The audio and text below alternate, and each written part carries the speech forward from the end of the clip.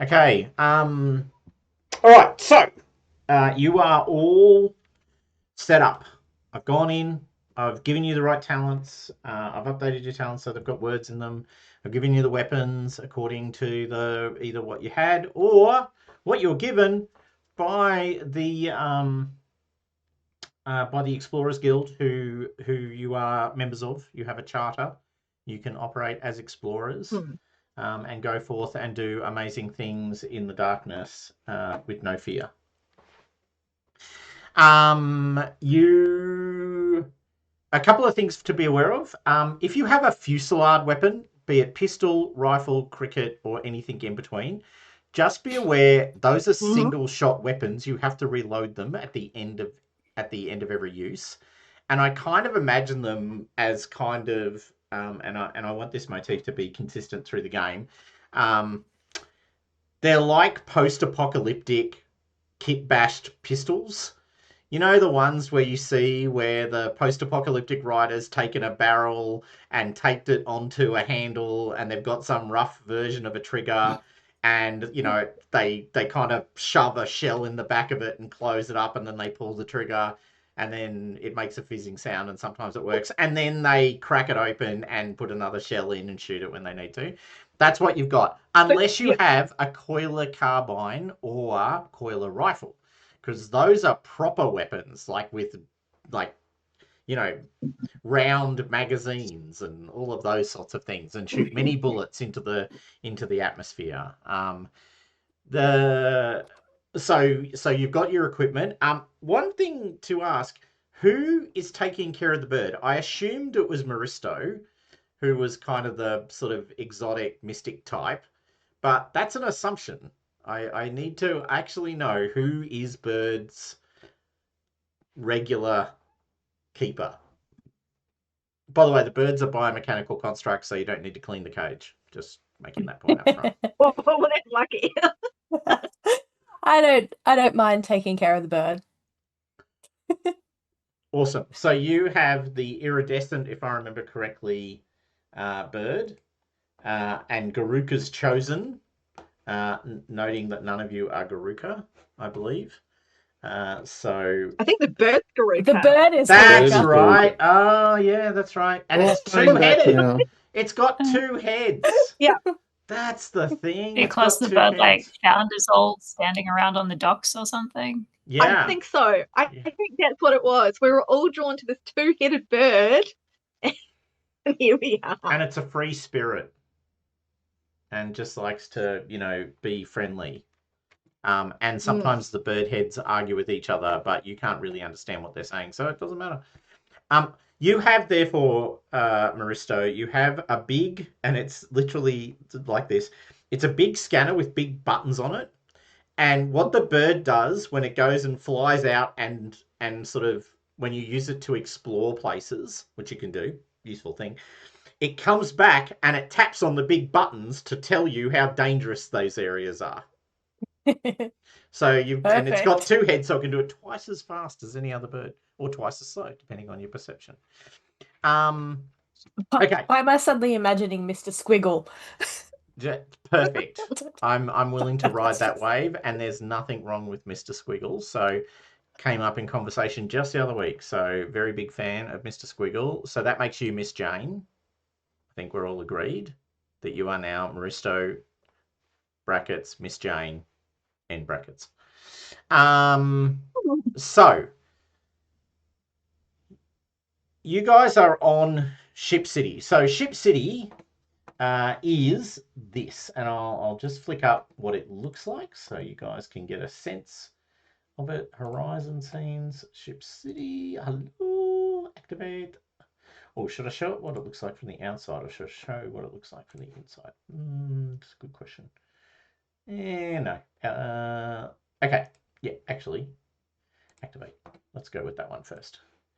Right. So this is a view of Ship City from the outside. It's basically a giant asteroid floating near or floating outside of the sort of first two orbits around Jammu of the Sun. It's this giant asteroid, and a whole bunch of ships have basically been deconstructed and attached to it, hence the name Ship City.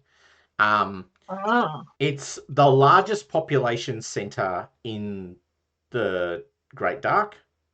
There's about, I can't remember the exact number, but let's go with 200,000 people living on Ship City, which actually is probably more than the population spread across the entirety of the rest of the systems.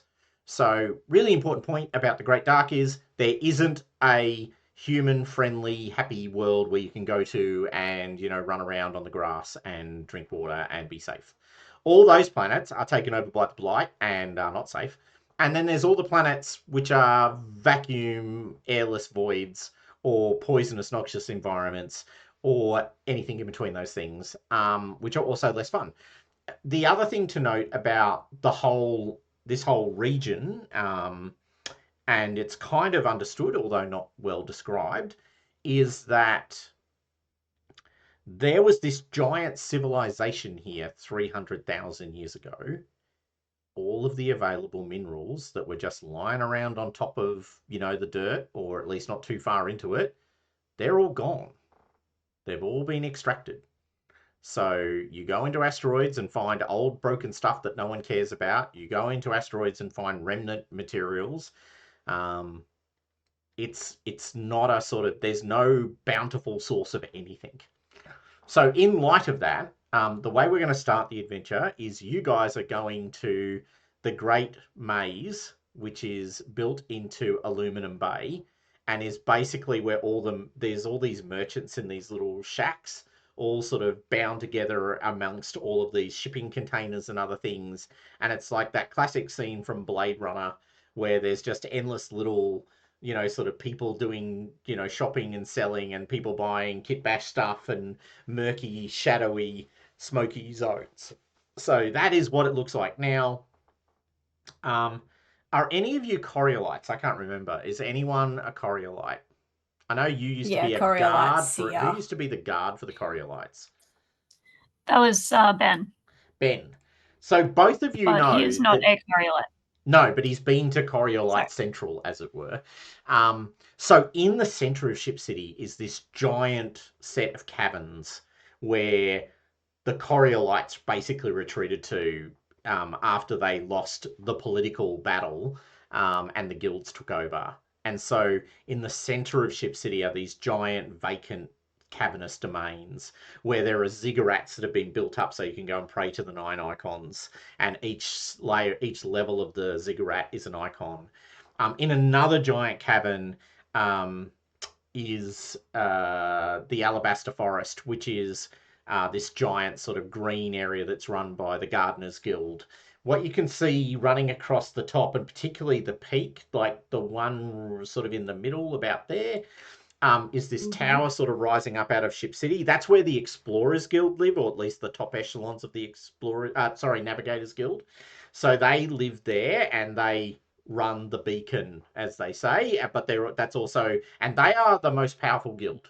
So they control the ships that go out into the dark and produce the pilots and other people who navigate those ships. So they basically are the most powerful guild, and their guild militia, who are not a police force, are a guild militia.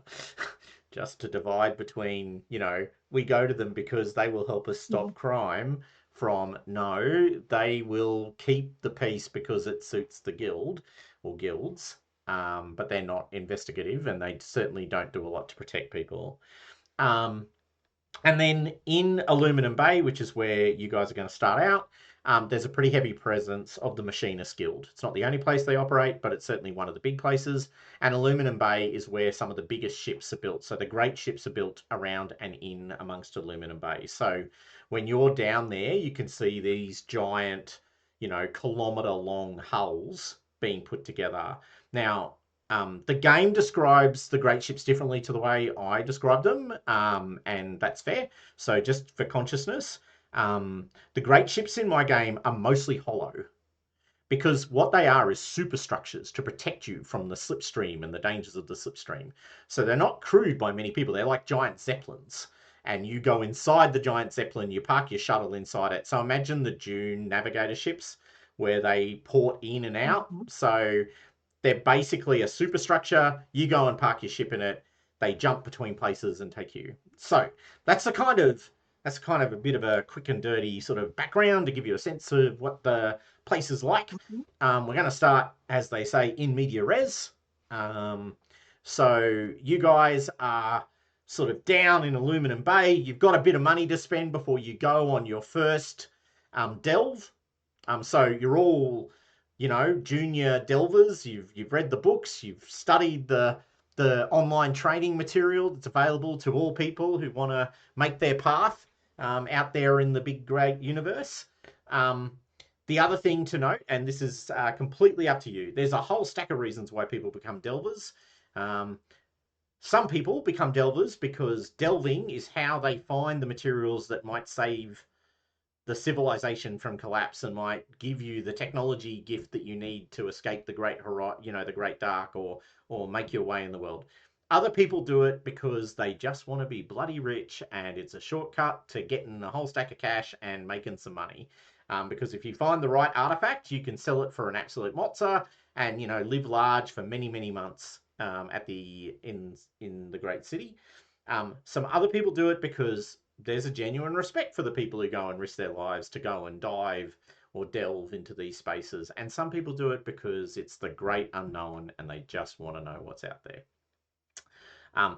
So all of those types of people exist in and around the Explorers Guild, which is what you guys are treating with. So here we are. You're in Aluminum Bay. It's this giant docking zone and building zone. There's industrial construction going on behind you in these great open bays and other spaces.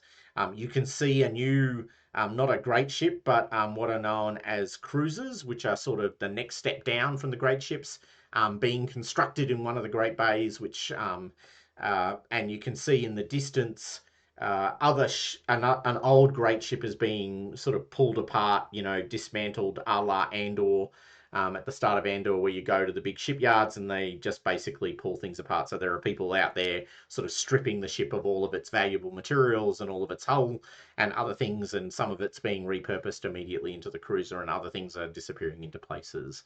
You're surrounded by a thronging crowd of people. There are little little food stalls, and then there's people, selling fusillade weapons and knives and other things, and people selling spacesuits and exosuits and delving kits and other things, and you can see them all sort of haggling amongst money. You're all a little group. You've been jammed together. My first question for most of you is, how well do you know each other? Does anyone know anyone, or are you like a found group? To quote, has Garouka chosen you when you entered the guild hall to, put your name forward as a potential explorer? I would think that we came together because of Garouka. Like, we got the tap. Yeah, I It think could be. Garouka did, some herding people into the guild hall. Garouka's planning a heist. You son of a bitch, I'm in. I was going to say it could be fun to play out at grabbing us all and dragging us somewhere. Well, maybe, absolutely. So, why don't we start there then? So, and Lily, since it's your suggestion, where would Ben A. Nasir be? Okay, so Ben was at a weapon store. He was haggling to try bring down the price of a pistol because he was obviously being ripped off. They thought he was a sucker, apparently. He was in the middle of this haggling when suddenly he hears wings flapping and a loud cawing noise, because I don't know what noise they're supposed to make, so I'm just going to say it's cawing. Suddenly he feels his somewhat longer hair. It's grabbed and is jerked backwards. This is surprising because he's like over 6 foot tall and one of the tall people here. and there's this bird just like grabbing his hair and trying to pull him somewhere, and he's just trying to. At first, he has to swat it before he really realizes what. Get off me! What are you doing? And then, but then he realizes it's one of these bird things, and they're supposed to. Well, this is really irritating, but it's also supposed to be some sacred or special type thing. So he probably can't break this without getting in trouble. So trying to disentangle it from his hair and failing, he has no other choice but to sort of stumble away following this thing until it brings him to a place where there may or may not already be other people waiting. Cool. All right, I like it. Just because I'm going around in order. Pip, as we will now call you, or Prip. Prip. I had an idea that are we doing this of our own volition, or we've been press ganged or something like that? Oh, you're not being press ganged. No. Okay, No, the right, Explorers okay. Guild does not. Although I should make the point, there are other people who send people to join the Explorers Guild who might be press ganging you. Right. Okay. So Prip hears a rumor of a rumor of a rumor about someone who has or that there's an expedition that's going to look for some particularly exciting, valuable artifacts. And he's thinking, oh, I can probably get on this. And the thing that sort of gets him is that it ties into, so let's revert back to my notes from last time.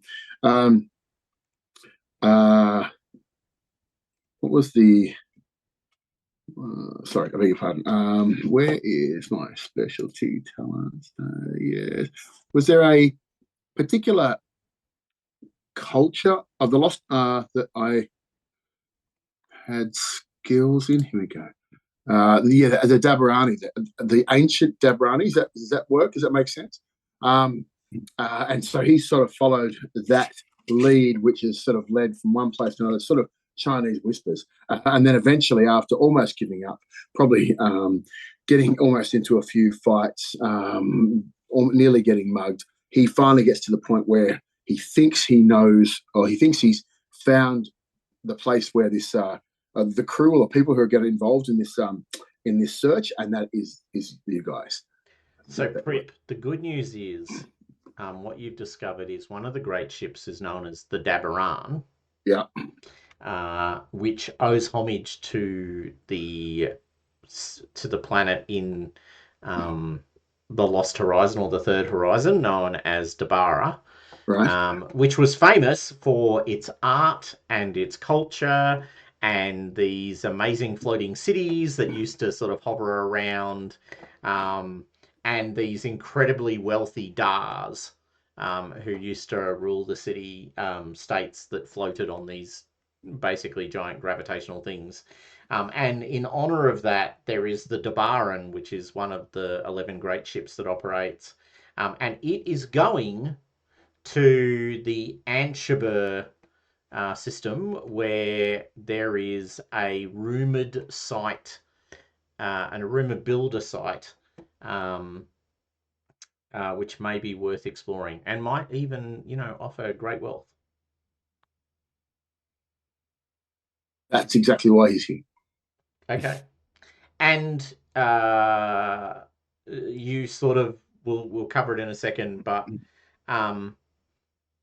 like you're looking for this sort of this information when this two-headed, flying bird as they are known, sort of floats up to you, in effect holding a ticket or a flyer advertising the Dabaran's, highly skilled and culturally aware staff, and the promise of, a beautiful sailing experience on this great ship that, is the cultural icon of the Lost Horizon. The bird. Can I get an idea of the size of this bird? They're pretty big. They're they're sort of large, very large crow, maybe even verging on small eagle kind of sized birds. They're not little. They're not like a little, fluttery bird. Well, when it proffers it to him, he's like, "Oh, another one. I've already got this ridiculous fly that says that nothing exists and there was no history and we don't. There was no past. This ridiculous. Obviously there's a past. Anyway, so yes." This is a completely unrelated flyer, just advertising, why you should come on the Dabaran. It makes Yeah, no this is promises. the one that I had already was the one that I think Maristo might have written. Yeah. So this is obviously heresy, but yes, he's more happy to go with that one for sure. All right, awesome. Aman. Well, I grew up in Aluminium Alley in the shanties here, so I'm effectively in between my shifts. I'm coming back and helping my cousins with getting parts, getting them sellable, Yeah. using my jury rig to get them going, cleaning the oil and shit off them, and going, there has to be more to life than this. Okay, perfect. So you're doing that sort of at the seat of this table, sort of polishing up these fusillade weapons that people have been making on the side. Meanwhile, your Yeah. cousin is negotiating with this very tall, long-haired, sort of heavily built warrior type person, and who is wearing Coriolite sort of aligned garb, which suggests that they don't know the value of a good, rook. And more importantly, might actually have way more rooks than they would otherwise need. I'm just polishing and kind of occasionally giving side eye to them, tracking what's going on. No, I tell you, it's 500 rook, no less. Sort of conversation going on when this giant bird grabs this Coriolite by the back of the head and jerks them back. What the? What the? Okay, I'm watching a lot more. And while one head is grabbing the Coriolite or this Coriolite guard's head and pulling it, the other one's piercing eyes are staring directly at you. And it kind of opens its mouth and caws at you a bit. And you get this distinct feeling, yes, you could be doing more with your life. Polishing this thing. Standing in the hole, polishing shit. Yeah. This could be it. Cousin, I'm going to lunch. Dump stuff. And wherever it takes her, I follow. Yeah. One head is Grabbing watching my you gear as Ben and Asia gets sort of jerked along, sort of bevied along by this two-headed Yeah. bird. The beauty of I'm two kind heads. Beauty of two I'm heads. kind of stalking them through the crowd, Yeah. just following them where they're going. Yeah, and you get the My gear distinct clattering impression you're behind being me. watched for the whole time. Mm-hmm. All right, so Maristo, rejecter of false truths and lies. What are you doing? I think Maristo is preaching in front of a mural that is supposedly shows the fake memory Oh yeah, of the diaspora. Like it's a painting of the three captains. The most vaunted, the most valued, historical figures in the Lost Horizon. The three captains who brought the people on the journey and sacrificed themselves to get you here. Those ones. yes, those Yeah. ones. Yeah. Preaching in front of the mural. Yeah. And then this everyone is like doing the whole don't look at the crazy person thing, like you do They in are. Sydney. Yep. Yeah. And then this bird just lands in front of them and both heads just go. And then Maristo's like, this bird knows. Well, It and knows birds the are truth. explicitly not from anywhere else but here. Like, they were discovered in the Lost Horizon and are still being found today in caches, literally caches. Yes. Like, they're kind of in status, and when people open up the boxes, they're pop birds. Yes, the bird remembers The truth. when the others left. That's right. It wasn't us that left, it was them. It was them what left us. Well, actually, here's a question for you. Are humans the builders? Are they the descendants of the builders? Were they built by the builders? I think they were maybe slaves of the builders, and that's why this Nice. is a prison. The This is why builders it's a left. prison.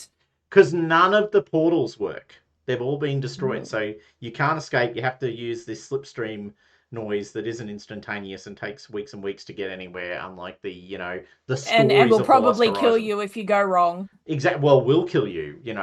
There's 11 great ships. 4 have been. No, it's more than 4. 5 have been destroyed. Just lost. Not meant to escape. All right. So you see the bird sees you, and you see Truth. Yes. Okay. The awesome. bird knows. The bird knows. All right. Nilette.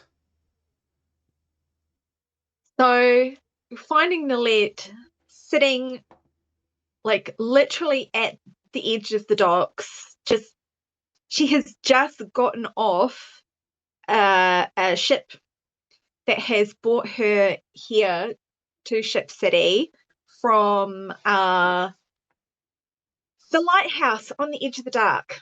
Okay. Yep. Where up until only a few days ago, she was an apprentice lighthouse keeper at that lighthouse. Yep. And now she is no longer. And she is disappointed, bitterly disappointed in herself, and is not even willing to contemplate the disgrace that has led her to this position where she was booted out unceremoniously. And now she's like sitting on the edge of the dock with not a clue of what to do with herself, and feeling very down and sorry for herself, and chewing on her last few pistachio nuts in her pocket.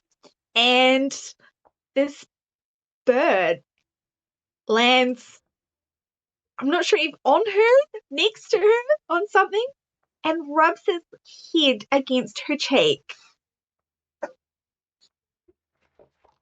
No, isn't that cute? And by the way, the name of the lighthouse at the edge of the Jamua system is Barabbas. Barrabas. The lighthouse Barabbas. There are 3 great lighthouses. This is the closest. The others are in other systems. Okay, I'm not. So the lighthouse Barabbas. Yep. Okay. So it rubs one of its heads against your cheek, or maybe it leans over and rubs both of its heads against your cheeks. That's kind of weird, but it can do that. It's disturbing and weird. That's disturbing and weird. Hold on. There's 2 birds rubbing my face? No, it's 1 bird. I got that. Wow, that's just even weirder. All right. So it rubs its face against you, and then what floats off, and you follow it on the assumption that I've got nothing better to do with my day than follow. Like I have a few rope to rub it together, and no plans, no clue. Like blown by the winds of fate right now. Okay, so you merry band of 5 are all sort of gathered in this clearing area directly in front of these doors, which lead to the Explorers Guild. And the bird sort of, now having gathered you all together, you're all looking at each other very quickly, and maybe once again starting with Ben. What does Ben look like, Ben?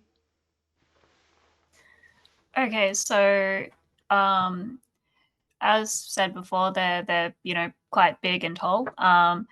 They have hair that's just black and sort of braided. They have darker skin, brown eyes. They've also got a beard, which is also quite elaborately, curled and braided and stuff. And are they heavily armed? Do they exude menace? Do they exude style? What do they exude? I would say that perhaps they are a bit menacing given their size and everything. They are just perfectly groomed, though. I wouldn't say stylish or fashionable or something, but because they're wearing full armor and stuff. However, it is just like immaculate. Dressed to the polished to the nines. Yes, basically, military neat sort of thing. Yep. All right, Prip. What does Prip look like? I think Prip is a little bit older, no wiser, of course. He leans into this sort of being an artifact dealer. He's got he wears makeup, and so it's like Darabani face paint. Yep. He has he sort of wears that, and it's usually so quite tall, not a lot mass, quite thin. Sort of carries himself. How would he carry himself? Like he may not be, but genuinely thinks, generally thinks, or at least has the air of the smartest person in the room, but often is not. And that he knows there's this, that okay, yes, can be a little bit condescending and patronizing, because he's sort of very focused on making money and making his name by finding lost things, and it's sort of all about him getting that aim, and everything else that's on the periphery is not stuff that he's very interested in. He does have a carbine, but that's usually, I think he's wearing sort of robes that he kind of assumes have a sort of Darabani look about them, but they probably do not. So I don't know if he carries that, if that's a thing that you can carry weapons. Is that a thing? Can you carry weapons? Definitely. Yes. Yep. So that's probably on a sling under the arm kind of thing. So he's sort of trying for profit / wise elder, but probably just looks like a weirdo with the face paint, and a tall guy who's always seems to be looking beyond where he's talking into that next thing that he's looking for. So Awesome. maybe a little bit of vague, an awareness of vagueness, an aura of sort of vagueness or something as well. Aman, what do you look like? Well, shortcast this, you can look at Discord. But so my character Aman is basically, he's in his late 20s. He's in a way quite opposite to Pripyat, in that he is scruffy. He bathes when it's necessary, but he's scruffy. He's always got grease under the nails or on the hands. He's always tinkering with something. He generally keeps fairly quiet. He occasionally talks to himself. Yeah. But he's a big guy, being like the max strength and big stature. He kind of fits the burrower look that we would expect. And yeah, that's pretty much it. And what type of aura does he extrude? Is he threatening? Is he just give a shit? What is he? No, I mean, he could probably switch on threatening, but really that's not his nature. He is quite inward looking. He's to the point of actually possibly being shy. He tends to avert his eyes from people. Yes. All right. Maristo. You're on mute. You're on mute, Mr. It's not a virtual meeting if you don't say that at least once. Yeah, Go. I know. It's just habit. It's like I'm so used to work, and it's like you mute yourself when you're not. I think Maristo is a very small, wiry figure, and layered in lots and lots of like swirling robes, just layers on layers. Every bit of their skin is kind of tattooed with what looks like circuitry or kind of schematics. And I think they like have weird jewelry that's like made out of old bits of circuitry and rusted keys and just that kind of look. Yep. I think they call that crazy person. So it's just Yeah. occurred to me, you are an active rejecter of your people's history. Yeah. Because you're an ex-Coriolite, and the Coriolites are defined by their deep need to return to the third horizon and maintain the old ways and the old beliefs and all of that. And you are literally the heretic. The signs were wrong. The signs were wrong. Do you believe in the icons? Does have a pendant of the Coriolite Traveler. Okay, all right. Yep. Bit of chaos inherent in the Yeah. Traveller, though. Yes.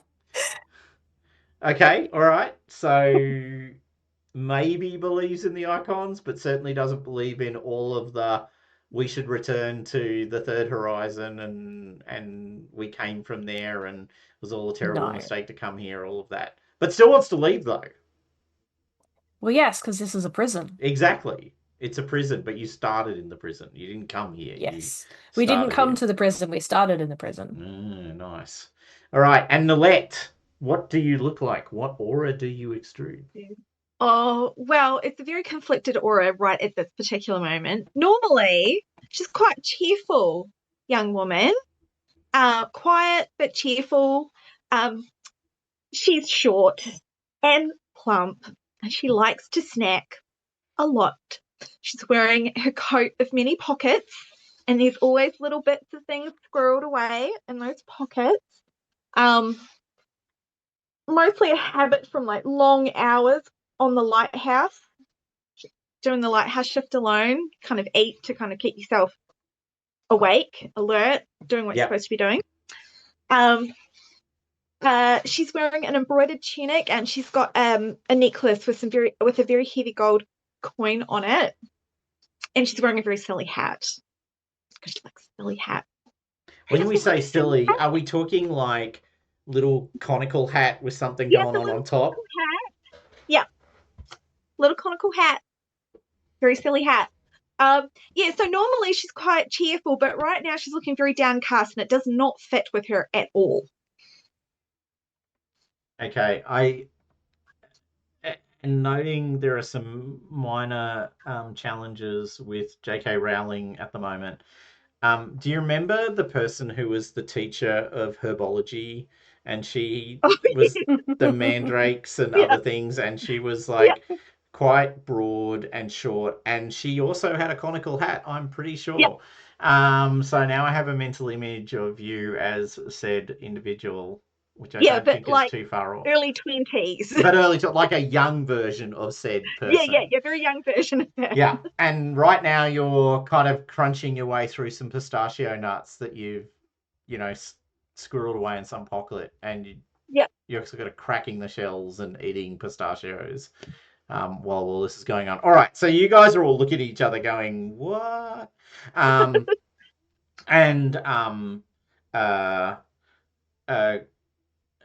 Garouka, the bird, sort of is hovering above all of you, makes this loud crawling sound, which is kind of echoes because of the two mouths, and then spreads its wings, and this bright white shining light emanates from the bird over all of you,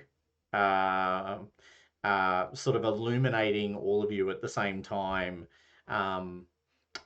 In this kind of circular shining glow that's generated by the bird.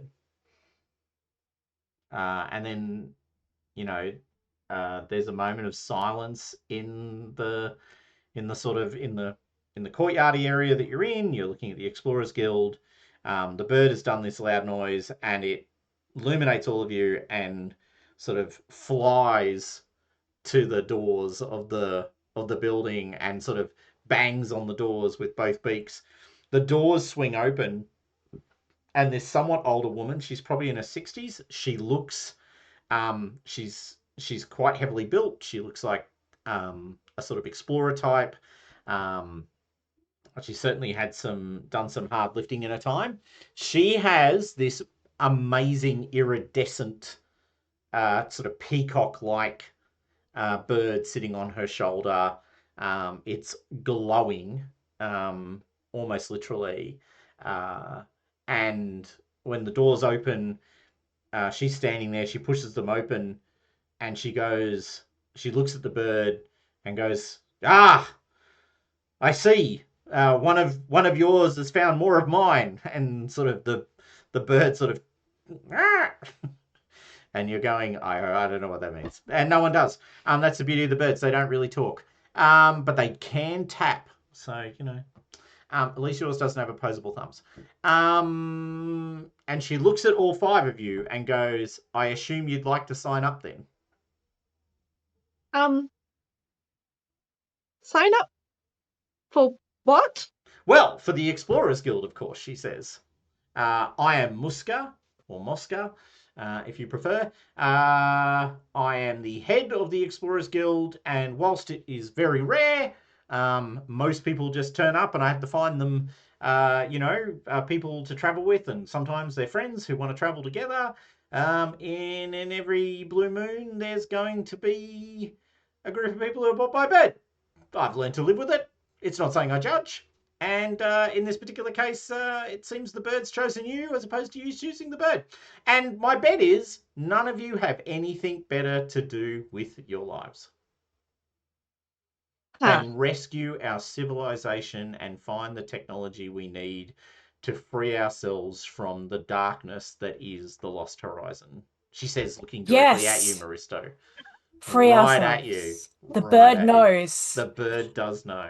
You can feel her. She's staring right at you right now. The bird, that is some amazing crazy eye. That is some amazing crazy eye. And as it so happens, I actually have a job right now. Super easy.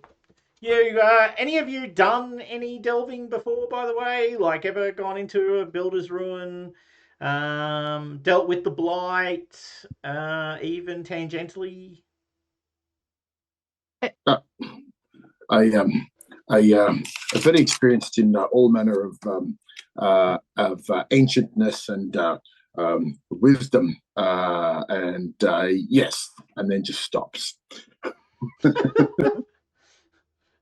Excellent. Well, you'll be perfectly provisioned. What about you, good sir, pointing at Aman?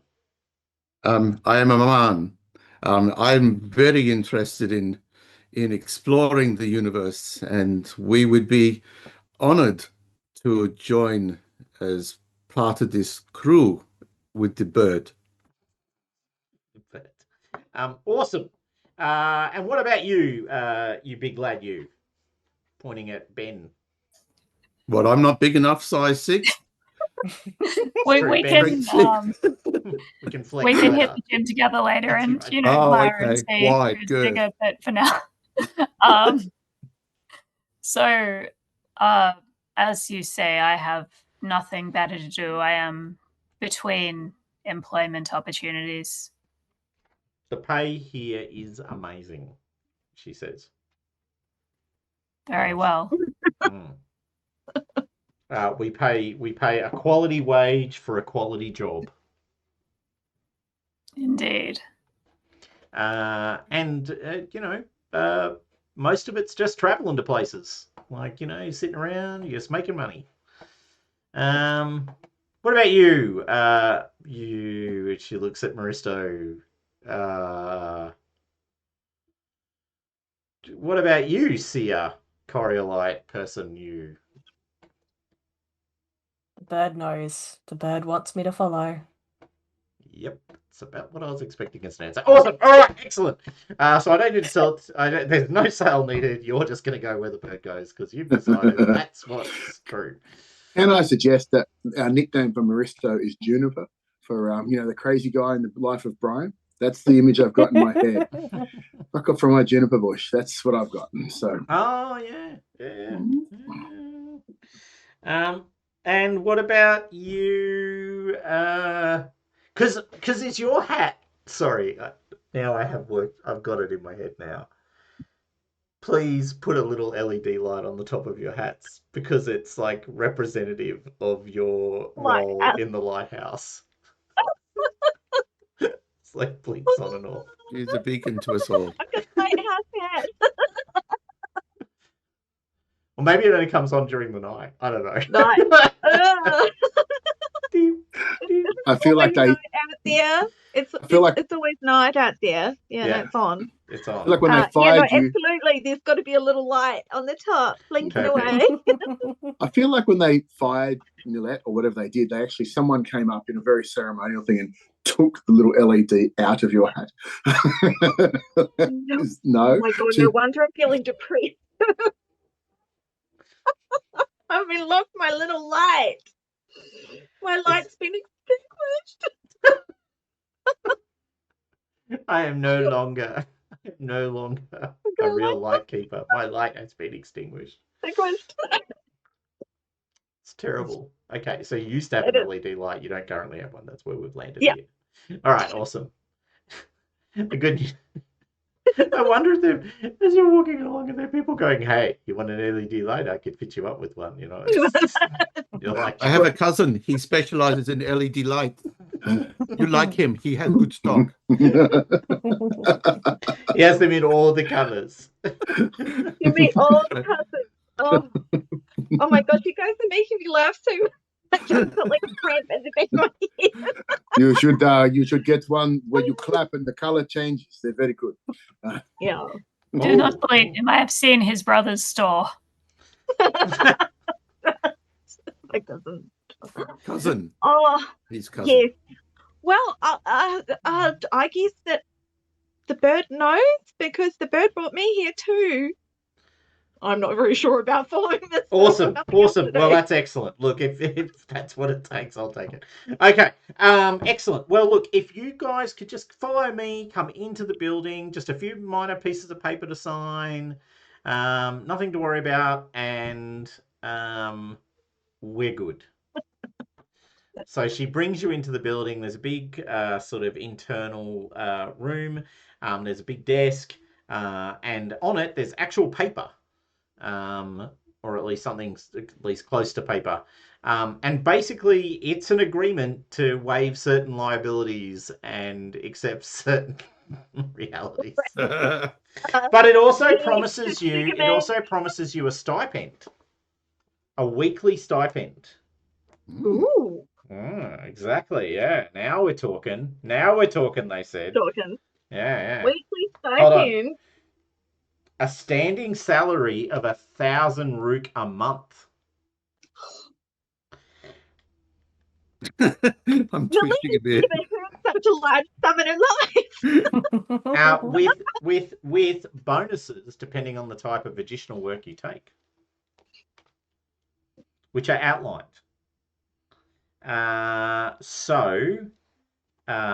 Standing salary of 1,000. If it's a delve class 1 delve, you get paid 500 rook for that.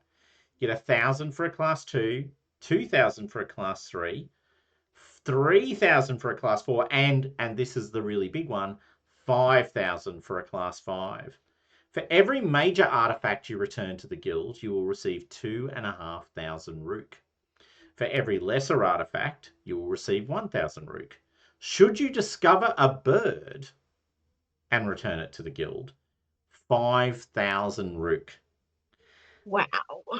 While on expedition, you will receive an additional 100 rook per week. If for whatever reason the delve is particularly hazardous beyond its class, there's a little asterisk noting no hazard within delves is included in the delve class and will not be treated as a separate item. There's 500 rook, and of course there is the 1,000 rook per month that you'll be receiving. To many of you, this is indeed more money than you've ever seen in your lives. To some of you, this is the sort of money you used to receive before you rejected everything your people believed and went out screaming, yelling, "It's all a lie! It's all a lie!" and were disowned by your family as a result. Because have you got shame or something, Maristo? Are you like? Yeah, I do. Yeah, well, I think we've worked out what it is now. I think that's pretty clear. Yeah. Just a little. I'm imagining in the middle of a major Coriolite ceremony, possibly one to do with you achieving some special status or being granted some special status as a Coriolite seer.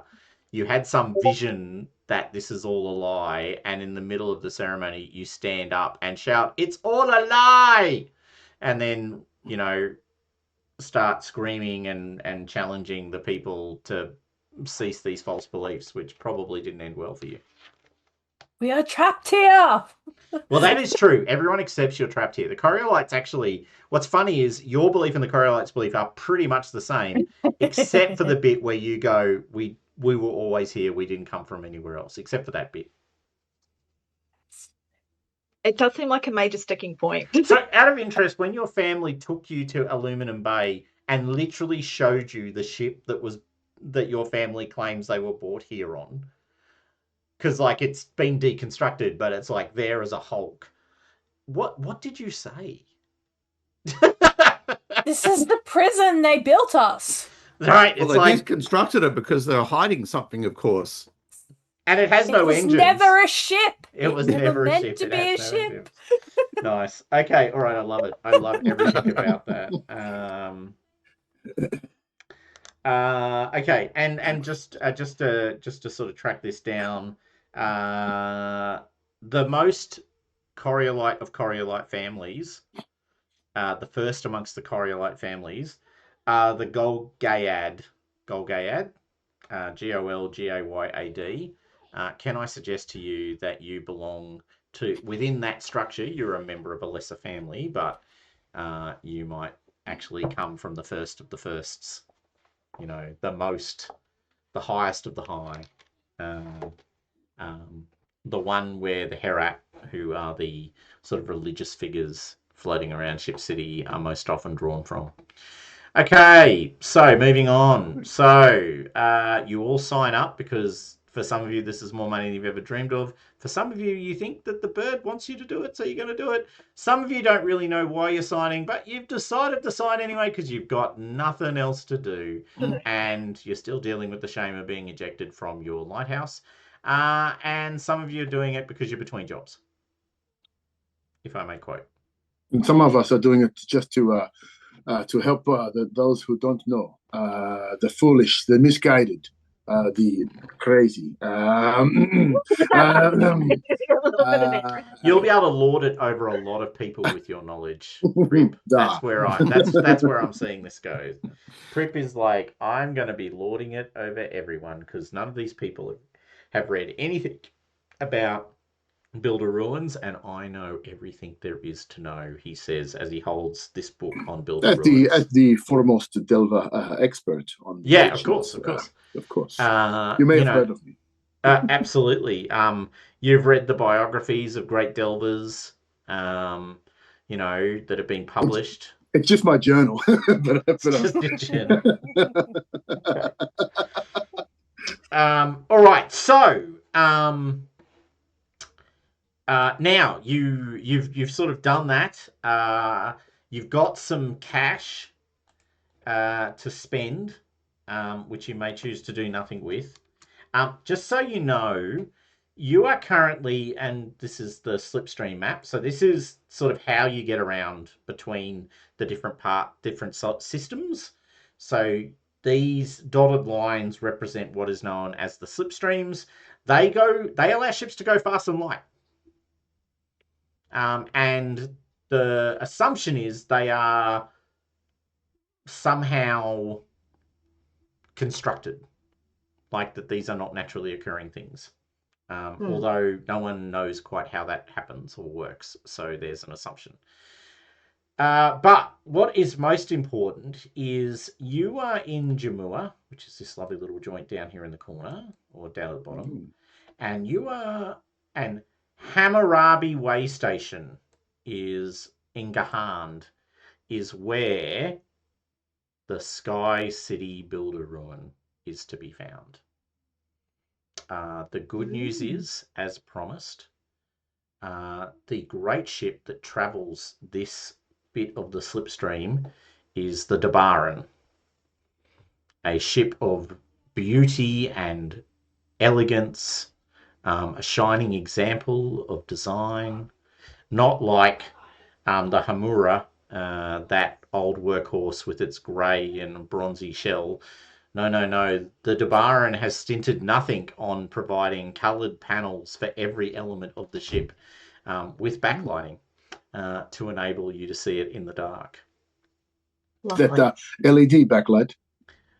Yes, but let's not. Well. Let's be sensitive. Let's be sensitive, people. Now, before you travel, though, you do, as I said, have the opportunity to hit the Bazaar, as it is actually known in Aluminum Bay, where everything can be found for a price.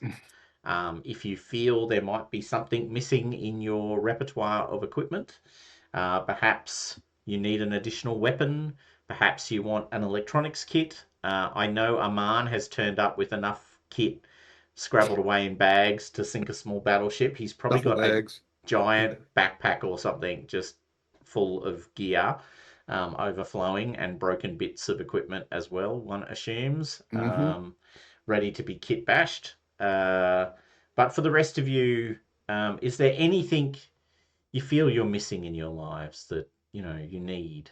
Like, drugs, for instance, as an example. So are we of getting such paid things. up front our 1,000, are we, or this is how? She laughs. You're so funny. You said all this money and things, and you said I we were going to did, get a stipend. and you will get a stipend. Yes, that is We correct. really want a stipend. We really want a stipend. Well, she says the good news is the trip to Hammurabi Way Station is less than 4 weeks.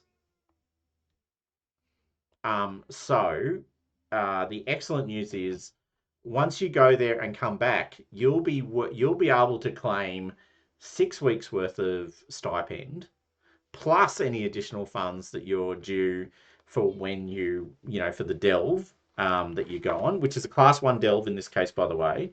Sky City is a class 1 delve, as it is identified. So there's 1,500 rook straight up. Oh, I thought we'd get 1,000. Oh no, it's 1,000 a month, isn't it? Yeah. It's 1,000 a month. Yeah. So that's 1,500 plus a class 1 delve is what, 1,000 was it? 500. 500. God. Okay, that's still a very good amount of money. Yes. We are happy. 2,000 rook when you come back, of course. Okay. Oh, okay. And who knows? You might find artifacts. I might need to pay you more money. So the 1,000 that we found, that's on my character sheet. Is that? That's part your of money. this? That's your starting money. Okay, right. No, that's money you've got in your back pocket, as it were. Right. Some of us don't have money in our back pocket anymore. Lily's got a small amount of money, and she's going to go and fill up her pockets of her coat of mini snacks. Coat of mini snacks. So can She's I? got a layer cake underneath the hat as well. So That's right. Okay, so is how much is it per point of supply? All right, okay. Do you want to buy actual additional supply that you can have ready to use? Yeah. Okay. Yes. So it's 100 points per point of supply. 100 rook per point of supply. Okay. Well, she's poor, so she can only afford to buy one, but it's going to be snack. Yeah, but there's Snacks. yeah. But how good are those pistachios? Excellent. Excellent. Yeah. And dried mushrooms. Yeah. Whatever she can get. Tasty snack is what she Well, wants. there's a whole range of dried mushroom chips, flavored. Lovely. Artificially, of course, with different flavors. So, I can reassure you that really unhealthy snack food has made its way to Coriolis, the Great Dark. Yeah. Okay, so you're in Aluminum Bay and you're at the snack sellers. Who else? I have a cousin who can do you a good deal at snacks.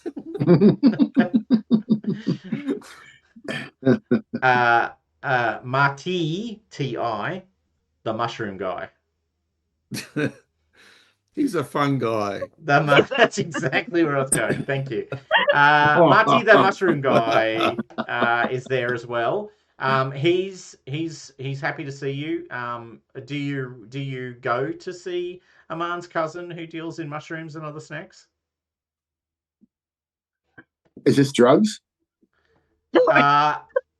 Marty Why can would the get rich you. people I look the mean, world? what do you need? Is what Marty asks. Why the weirdos always into drugs? No, I think she just would like to buy from a reputable merchant in the marketplace, in the bazaar. Hey, says Marty. Hey. It's my cousin. As reputable as you can get.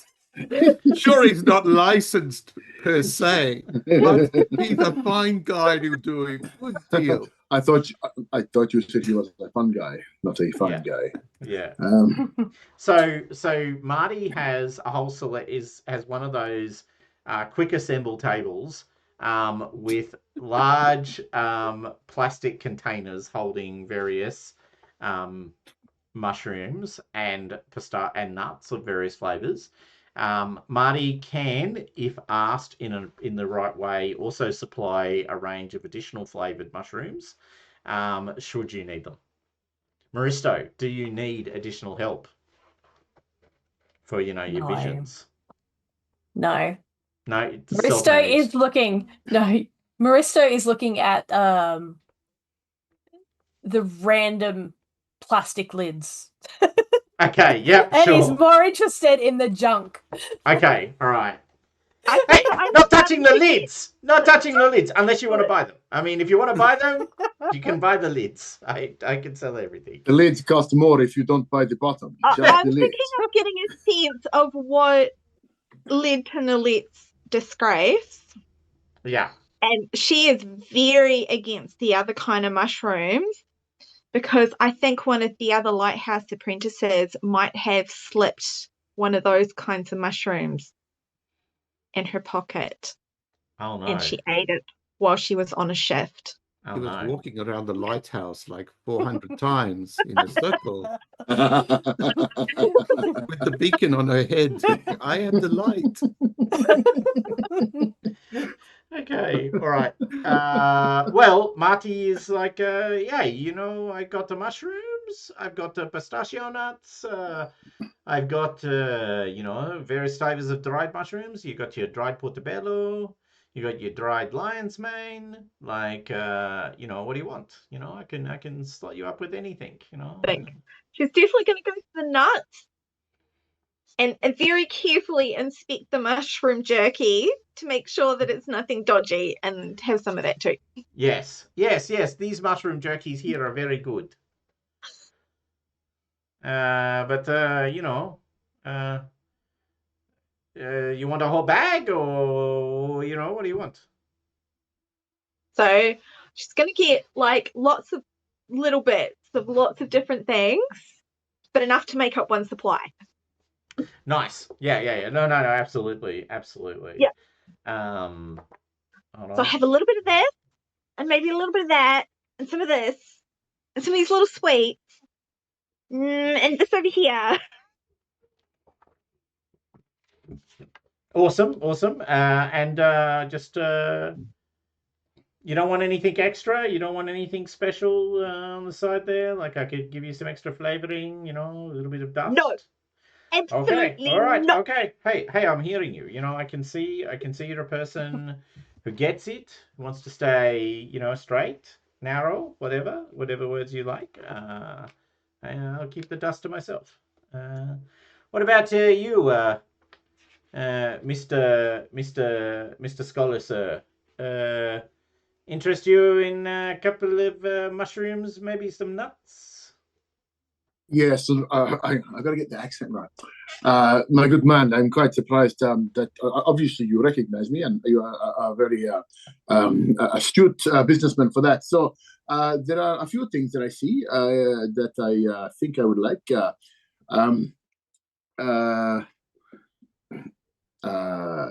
Since as we're going on a delve, maybe I'm thinking some lock picks, perhaps.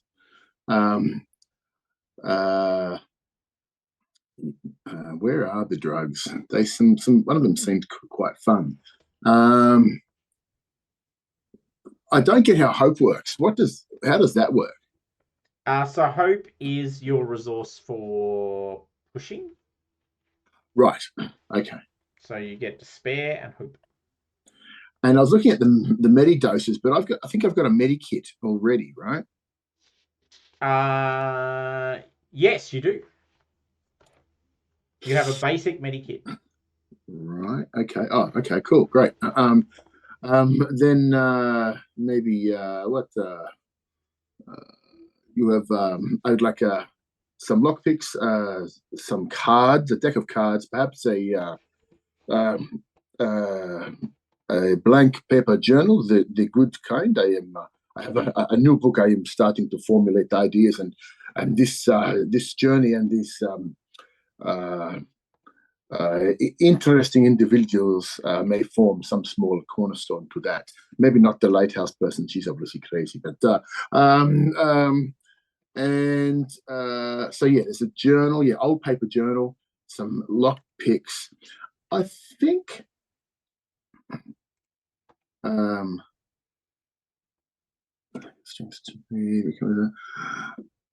think I'm going to take a rare collection of poems if they have it. I'm just going from the list here. Is that okay? Yeah, that's and perfect. there was something else that Can I was you afford thinking. all this? Of course you can, because you had I 1,000 books. can, yeah. I'm being a bit frugal. What's that? Oh, and the Mach spirits, the flask of the Mach spirits. Yeah. Yeah. So Okay. yeah, I think that will do me. I think so. I think that is about 400 or something like that. Anyway, you do. I assume you do professional personages discounts, of course. Sorry, sir, I can't help you there. We just barely making money out of these deals. So unfortunately, no. But look, normally I would love to give you one, and I can see you're a person of real judgment. Yes, real judgment. That's the word I was looking for. Well, that is fair enough, my good man. Look, I will do it when my memoirs are eventually published, and with all of the fame and the notoriety and the money, of course, that I make, I promise that I'll put your name in there somewhere. Yes. Oh, look, absolutely. And look, please do. I mean, I'm not going to say no. I'm going to say yes. He wants a book signing at his stall as well. Excellent. Oh, Good man. cousin, how did you think of this? Yeah, excellent. do, Yeah, Mike. you'll need some more lights, I think, and probably a public address system, and maybe some security. Maybe this big fellow here, this and points to Ben Alzir. Maybe obviously security for your own establishment, of course. So yes, I'll take the poetry book. I'll take some wine. So 150 for that. What did I take? Yeah. Wine was 60. Oh, he's going to be a smoker. Good spirits and some tobacco. And what did I say? A journal. Oh, and some lock picks. Yeah, put those on your sheet already. And just a journal. Like there's a blank journal. Obviously, yeah. Because the most important lives need good journaling and obviously a cast of minor characters too, for color as well. Yeah, He gestures at the people around him. So yes, and a journal. And there's that old paper journal. Where did I put it? Why can't I see it? Damn it! I literally just created it, and now I can't see it. It's missing. What do you got there? The old paper journal. I can't see it. I don't know why. Oh, I literally just created it. Filter mask exquisite. Did I create it in the wrong place? The first time. Oh yeah, there it is. First of all, let's put it there so we can do that. And then let's put that there. All right, cool. Okay. And what about you, big guy? You need any mushrooms? Oh, not you, man. I know you're good. So out of character, I was looking through the all the things that it advised, and I can't afford like any of them because I only have 400 Rick. Okay. Ben is just aiming to get 1 decon dose and 1 medi dose basic, and that will be all his money gone. Wow, you really needed this job. Okay. Yeah. Mhm. So he sort of wanders away to a store that he hopefully thinks looks slightly reputable, probably not one of their cousins, I guess. He just looks at the store that has a vendor that doesn't look like either of them. Not those and splitters. while he's buying them, he might just drop the question. Our party is heading to Ship City. Have you heard anything about this place? No, you're in Ship City. You're going to Sorry. Anshaber. Guy Anshaber. and Uh, Shabbat. Have you heard anything about Anshaber? How does he? Well, why don't we make a roll? Hey, rolls. I remember What that. rolling? I know, it's crazy. It's crazy. What am I thinking? Ben, what are you? Yeah, okay, wow. I'm not In... going to do well. yeah, insight and empathy, your 2 strongest skills. Oh, yay. Oh, yeah. And let's just check those talents. Yep, pole arms, flanking, executioner, bodyguard, blade fighter. You're They a all people speak. person. They all I can speak. stab the information out of them. You will tell me. You will tell me. All right. Give me a insight roll as you Okay. as you try and chat this person up, as it were. Do I just click it like I did before, or? Yeah, should just work. Yeah. Hopefully. Oh wait, here it is. You should And I get a don't have pop-up. any. And you don't have anything, and that's a big Fail. no. That's a big fat no. No. Yeah. Hey, mate. Go slinking back to MM's cousin's shop. Yeah, Hey, it's I already like, got my stuff. yeah. Hey, sorry, I don't know anything about no, I don't know anything about no foreign places. I just live here. I just do my business. I just sell my stuff. Hey, you want some tobacco? I got tobacco. I will be fine, thank you. It's And pretty yeah. good tobacco. It really picks you up when you're down. You know what I'm saying? And he just like dead-eyed looks at them, turns around, walks So away. no, then okay. Well, everyone's just who they are. That's what I found over the years. All right. So yes. So unfortunately, you discover nothing about where you're going, and you may regret that at some point in the future. But for now, possibly not. Wow, you're really now. So sorry. What did Ben buy exactly? You did list it. I got 1 decon dose. I think that one was the 300, and then I got 1 medi dose basic, which was 100. Okay. Both of them are just like 1 use. So yeah. 1 decon dose, 1 use decamination spray heals 1 heart. Yep, that makes complete sense. Okay, I'm just going to add that to equipment for now. I should really break equipment out. I'm getting enough that I should probably do that. Anyway, so decom dose. And we'll just route that across through here. 1 use decontamination spray heals 1. Okay. Yep, done. And saved. And we are done. Ben. And you were getting the medical dose basic as well. Yep. Oh, auto heals 1 health on a broken victim. Okay, that's cool. That might actually save someone's life at some point. All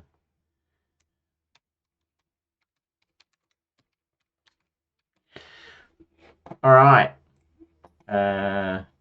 Need to save up for the rocket launcher, missile launcher. Yeah, that's fair. I mean, everyone wants one. Who hasn't shopped? I know Yes. Aman's So, already pre-shopped, so I'm not counting them. so does Aman's cousin have any bird candy? Hey, of course That's the I've got best bird bird candy. Of course I've got bird candy. The best bird candy in the whole goddamn place. Many of my Yes. friends have birds. Bird's looking at him. He's looking at the bird. No, really, it's great. You'll love it. Bird candy, yeah, of course. You want the prana rat flavor or just your basic? What takes your fancy there? What takes your bird's fancy? Let the bird choose. Oh, connoisseur, I see. Okay, sure. I'll lay out the bird candy, and we'll see how the bird, as it is, flies. So it lays out these two sort of almost rock-like things. Hey, come on, bird. You know you want it. And the bird's like, I don't want this. This is shit. Give me good words. What is this? This is embarrassing for all of us. The bird's looking at you. It's looking at the bird candy. It's like, what am I meant to do with this? What's the point? I thought we had some respect developing, but now I have No. this. Yeah. Maristo will look at the bird and go, choose. If not from here, choose. To command a bird, +1 bonus. Ooh, okay. Wow. Actually, okay. Yeah. Wow. Okay. That might save your life one day. Okay. The bird looks at it and goes, oh, okay. It's like, when your cat's being given the ordinary food. As compared to the gourmet. Yeah. Okay. So the bird chooses the piranha rat flavored bird candy. See, I told you, everyone loves the piranha rat. Hey, by the way, light lady, with the hat. Yes. Just asking, you don't have any allergies, do you? No. Why? Vegan? Not a vegan? No. Oh, that's good then. Okay. Anyway, going back to What's in those mushrooms? I'm sure it's halal. Room.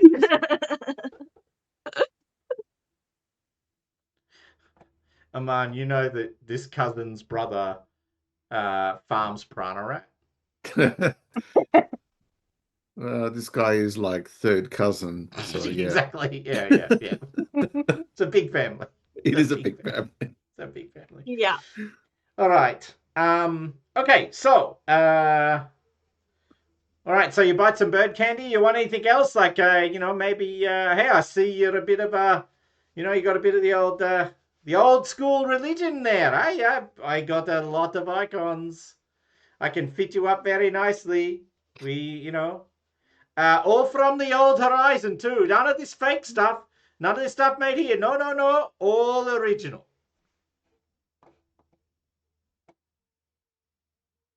I probably used to work in the shop that made the original stuff. Yeah, it's like, there is special no old treatment. horizon. What? Yeah, of course there is. You come from there. You're a Coriolite. Everyone knows the Coriolites. They love the old horizon. Look, we got lots. We got some Dabari. We got some Mirren. You want some Mirren? Hey, you like the little bit of glass, the little bit of glitter? Yeah? I want some paint. You want some paint? Some paint. A set of paints. Sure, yeah, why not? Actually, I can do paint. I think maybe crayons would suffice more. Well, no. The lady asked for paint. She's gonna get paint. That's what I do here. That's what I serve. I bring to people what they want. Are we talking, the permanent paint, or are you talking your watery paints? What type of paint? Permanent paint. Yeah, okay, that's going to cost. I just need you to know that. It's not cheap to get that permanent paint in. It takes a lot of work. I have coin.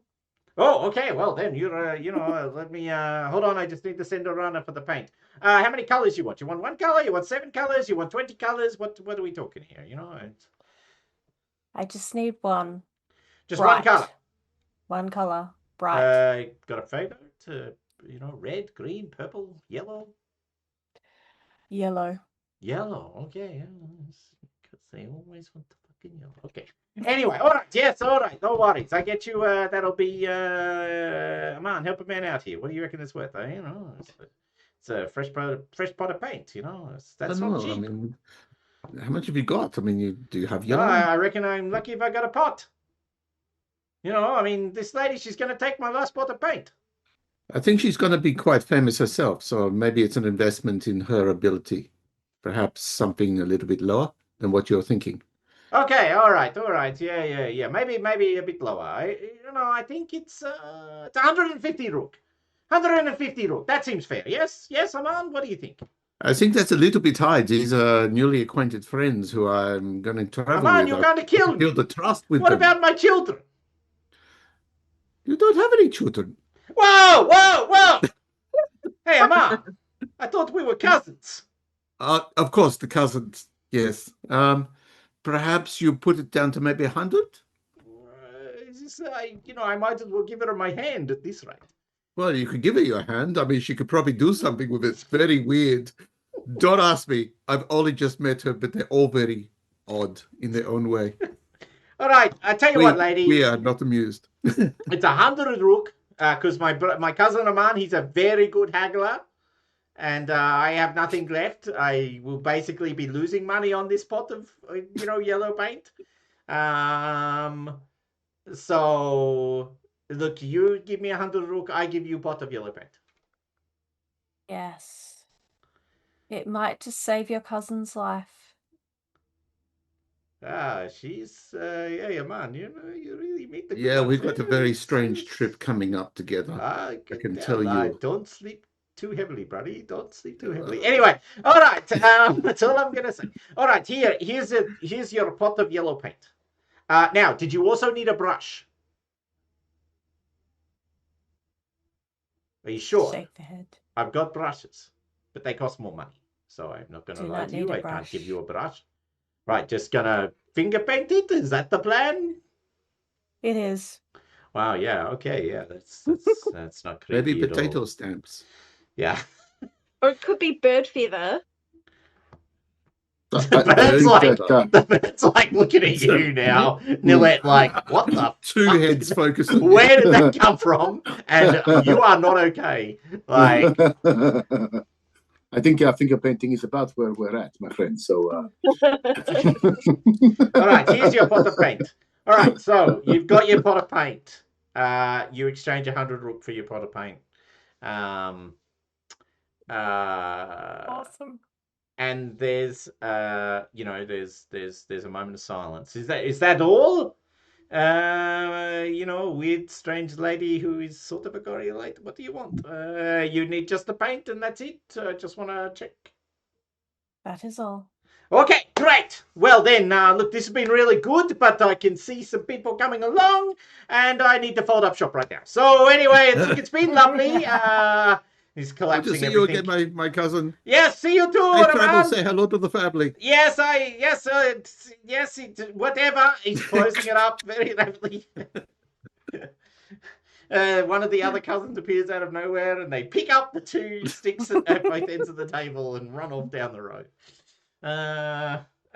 Rapidly followed by some Navigator Guild militia going, "Do you have a license? Do you have a license to trade?" We're a happy family. Okay. So you've bought some stuff. You've got your tickets to travel on the great ship Dabaran. I just double-checked that because you never know around here. Whether you still have the tickets. Yeah. There's the Dabaran. You can go to the edge of Aluminum Bay. and jump in effectively. Oh, by the way, you have your own shuttle. So as part of the joint, I didn't mention this, sorry. As explorers, you've been given your own shuttle, which is a grasshopper, the workhorse of the shuttle fleet. It's not super heavyweight, but heavyweight enough. Made of robust materials and cheap materials. It looks a bit like a grasshopper. I'll see if I've got an image of it. I thought I did somewhere. Oh, that's it there. Yeah, cool. Activate. It's this one. That's what the grasshopper looks like.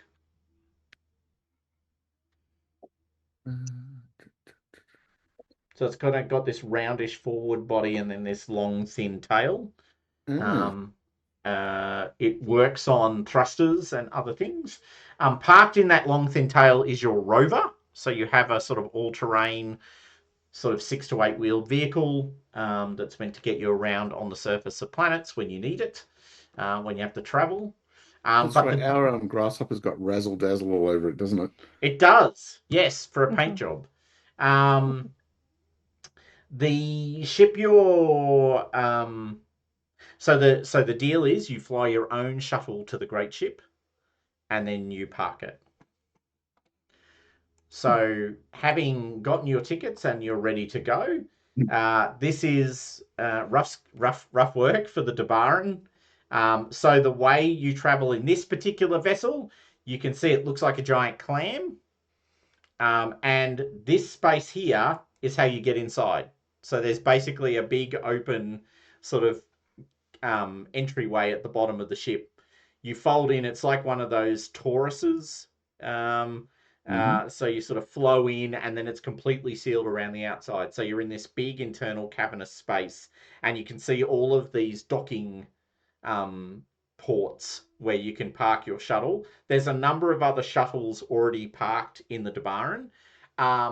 Can I ask everyone to make a perception roll, please? Is it perception? Yes, it is. Perception. Perceptione. I'm glad you asked. Oh, there we go. It's that one.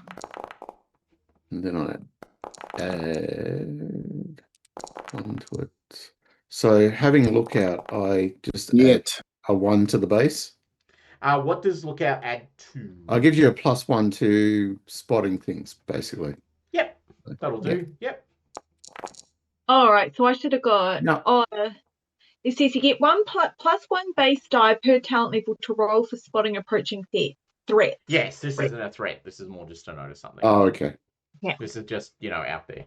One thing to note is if you click on the talent, you'll get a pop-up and you can select the skill that you're applying, the trait you're applying it to. Yeah. Oh, yeah. So for some of the skills, it's like you get a +1 to do a type of thing, and then the trait you can choose. And for some, it's already pre-designed, and it'll just fire up logic. For instance, it'll be +1 to logic in that circumstance. But that's all right. Yeah. Okay, so Ben and Nilette, both of you notice a really sleek, white, expensive-looking shuttle parked there. Like, this is top-of-the-line stuff. Like, you guys have got, a 30-year-old sort of rebuilt machine. This is a gleaming, white, perfectly designed and built shuttle. It's probably... You might have maybe seen 2 or 3 of these in your entire lives. They're not common by any stretch of the imagination. They take serious money to buy. And there's actually just part of the reason why they're not common is it's just not easy to find the parts. Like, it's not just a matter of cost. It's a matter of supply. But yeah, there's one of those. And it is marked with the signs of which family is it? It's one of the big ones.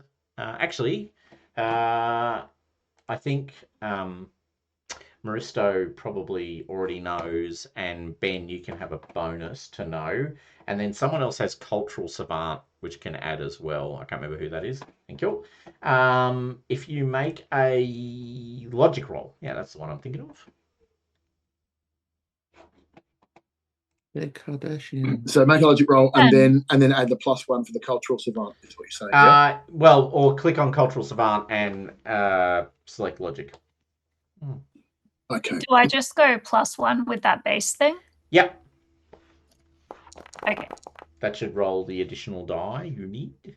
Oh, well, that's where all my successes went. Yeah. Lost. Holy crap. Wow. I guess maybe that means it was literally the family that Ben was guarding or something. I know them so well. Wow. Wow. Oh, wow. So there You were. all know it. Wow. Look at. Oh my God. Prip knows them. Maristo knows them. Ben knows them.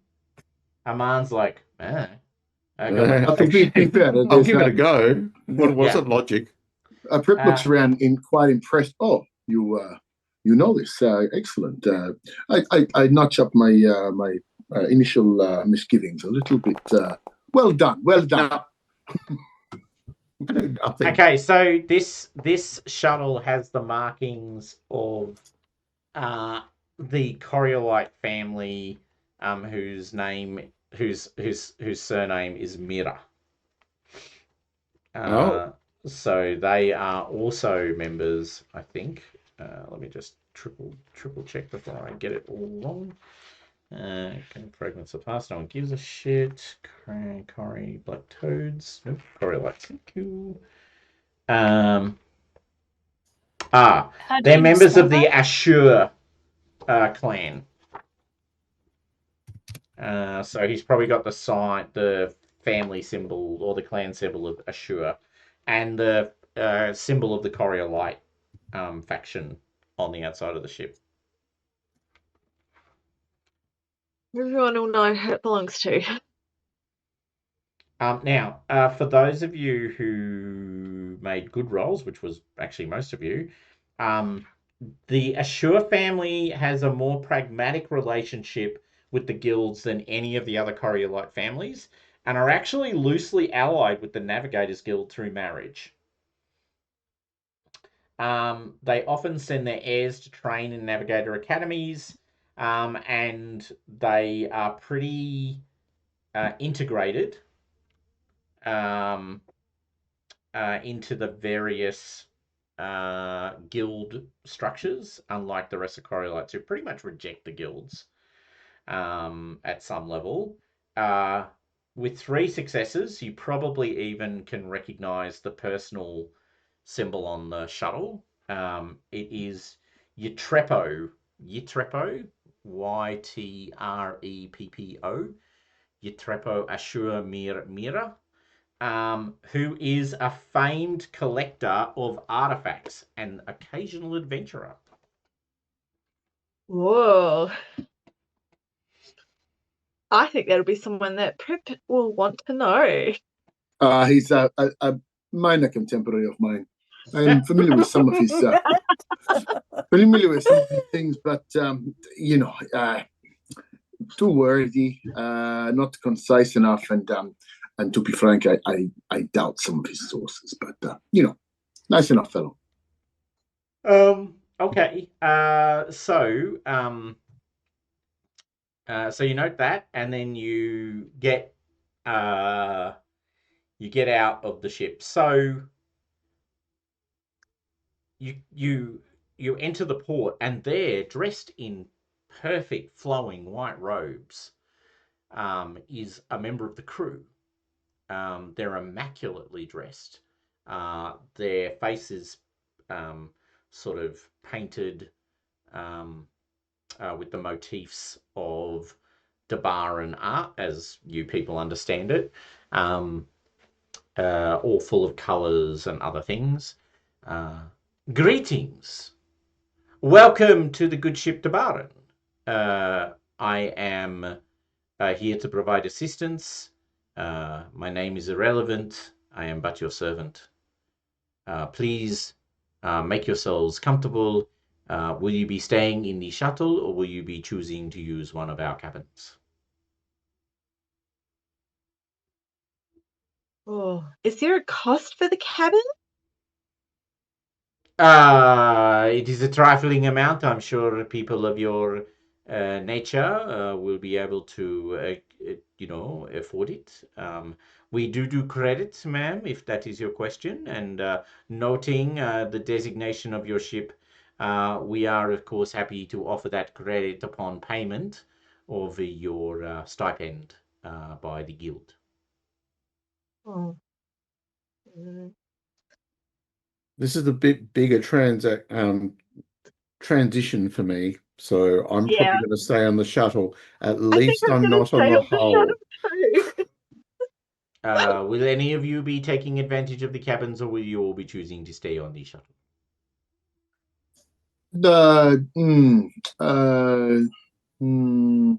Look, I myself and my proteges, normally I would take obviously one of your best cabins. I'm surprised you don't have one put aside for me already, but that's a little small matter. That is okay.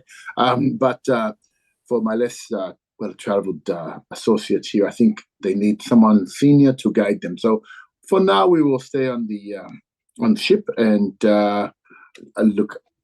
What you said your name was irrelevant. We shall contact you with any of my needs. Thank you very much. Excellent. And noting, of course, you are clearly the leader of this unit. I will assume you speak for all. Yes. Indeed, yes.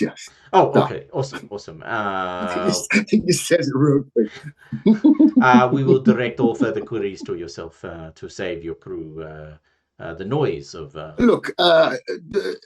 Look, in some ways, I step a little bit further.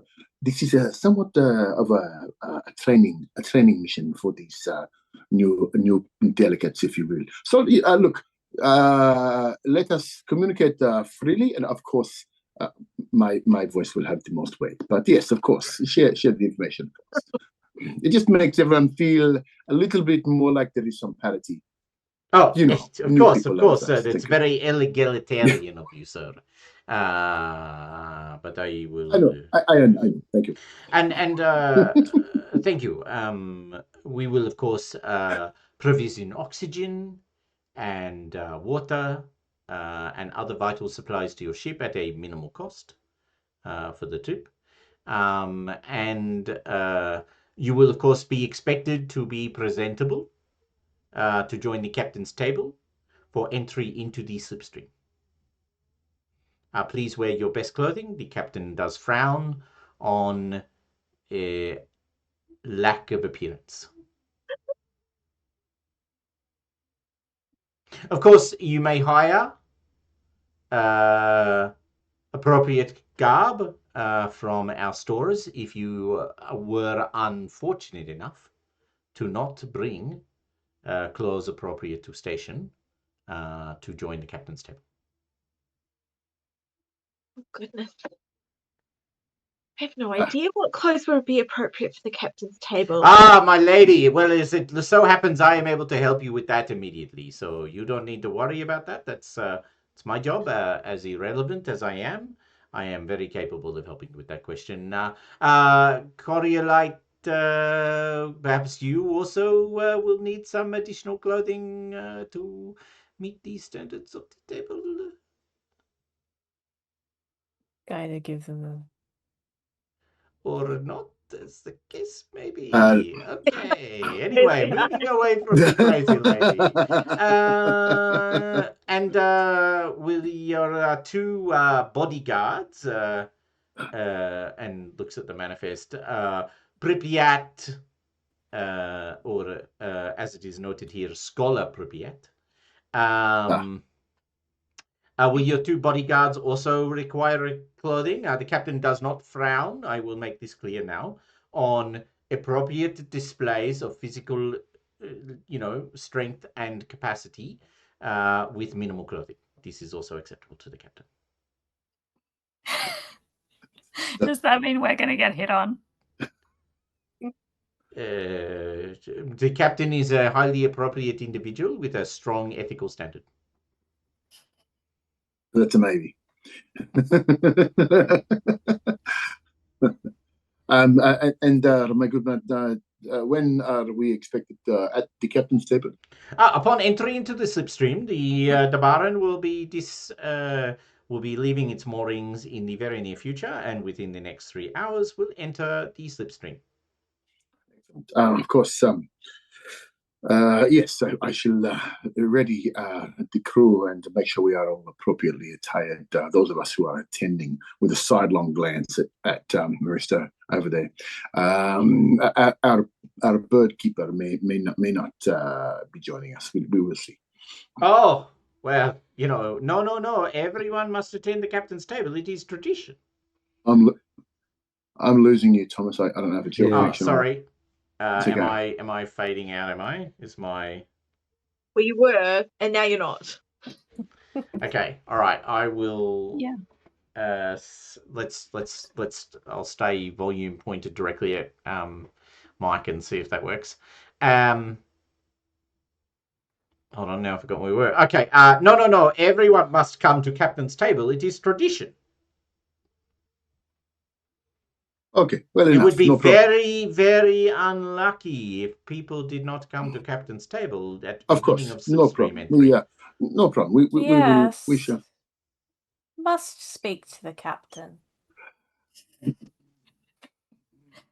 We will think about seating a little bit less. I would give special consideration to seating and appropriate seating, of course, as befitting the captain's rank and yes. Now, if you would like to sit closer to the captain, there is a small charge for seating, which allows the crew to facilitate movement of peoples across different chairs. Of course, if you're not interested in this additional service, I understand and am completely comfortable to offer you the basic package at the captain's table. I'll sort of look around and just get a thing. I think the basic package is fine. We are not here in all our finery. We have work to do, so and much business to attend to. So yes, we'll just go with the basic. Just keep it simple. Well, then that is fine. We will keep it to the basic package. Just out of interest, how much are these packages? Oh, what, the mid-tier seating package or the high table seating package? Well, let's hear them all. I mean, the high table, if I want to sit right next to the captain. Oh, well, what am I I've asking looked here? at your bank balance. No, anyway. The captain may well be one of your cousins, Aman, yeah? Highly unlikely. Look, it is very true that the captain would love to have you sit at the high table, of course. But, it's a very expensive package, more than, let us say, 200 rook per seat. So that's 1,000 rook cost for all of you. The mid-tier package is a much more affordable offering. 50 rook will get you a mid-tier seat, allowing you to both to be within voice distance of the captain whilst also maintaining a certain anonymity. The basic package, of course, offers absolute anonymity and potentially loss of oxygen, as you are sat at the far end of the table, as far away from what's happening as is possible. But it is also very cheap, and the food is very good, no matter which seat you take. We take great pride in the food here. Lovely. I am getting the vibe that you will not be buying either the mid-tier package or the high table package, which Just is... so tempted just to go hand over 200 rook and go, yes. And I'm sort of like, how much will I pay to keep her away from the captain? I think the basic package will go. We'll get our sea legs about us, as it were, and let the others more desperate try and get the captain's ear, as it were. We are fine, thank you. Oh, well, then I believe our oh, sorry. I was in fact going to nominate myself to do the mid-tier for the 50 rook. Oh, of course. A simple transaction. If you could pass me the 50 rook. By the way, currency is physical. It's not like it is in the Third Horizon, where it's sort of wavy sticks that you can get away. This is like you got to print that money and stamp it with a face, kind of thing. So I hand him the cash. yeah, checks the cash. Maybe just a bit of a nibble. Come on, you. Anyway, excellent, excellent. Well, look, I will just say to remind you, we also offer a very cheap package on appropriate clothing for the captain's table. Just And saying. how much would that rental be? Just a 10 rook charge at this point, sir. It's, you know, if you only want it for the single night, if you want it for the entire trip, it's 10 rook a day. So how long's the trip again? Look, this trip will be taking us close to 4 weeks. Yeah, okay. I think it just might be the night. Right. Yeah. Lillian is also going to pay 10 rook for a nice outfit to wear to the captain's table. Are you keeping the hat? Yeah, of course. Okay, good. Okay. Don't let the hat go. I slide. All Is there a Just 5 not- rook thing? Because I'd slide him a 5 rook coin and say, if you can find a more appropriate headwear for my friend here, that would be appreciated. Thank you. Or at least a working LED light would, perk up her spirits a little bit. How You much slip in are 5 the... rook for the LED light? Yeah. It's like, I see what I can do. Look, are we agreed? Shall we all in the join our friend Aman and sit a little bit closer to the salt, as it were? I think Moresto's going to hand over 200 rook and just stand. Oh shit! Mr. It's a Irrelevant. betting process.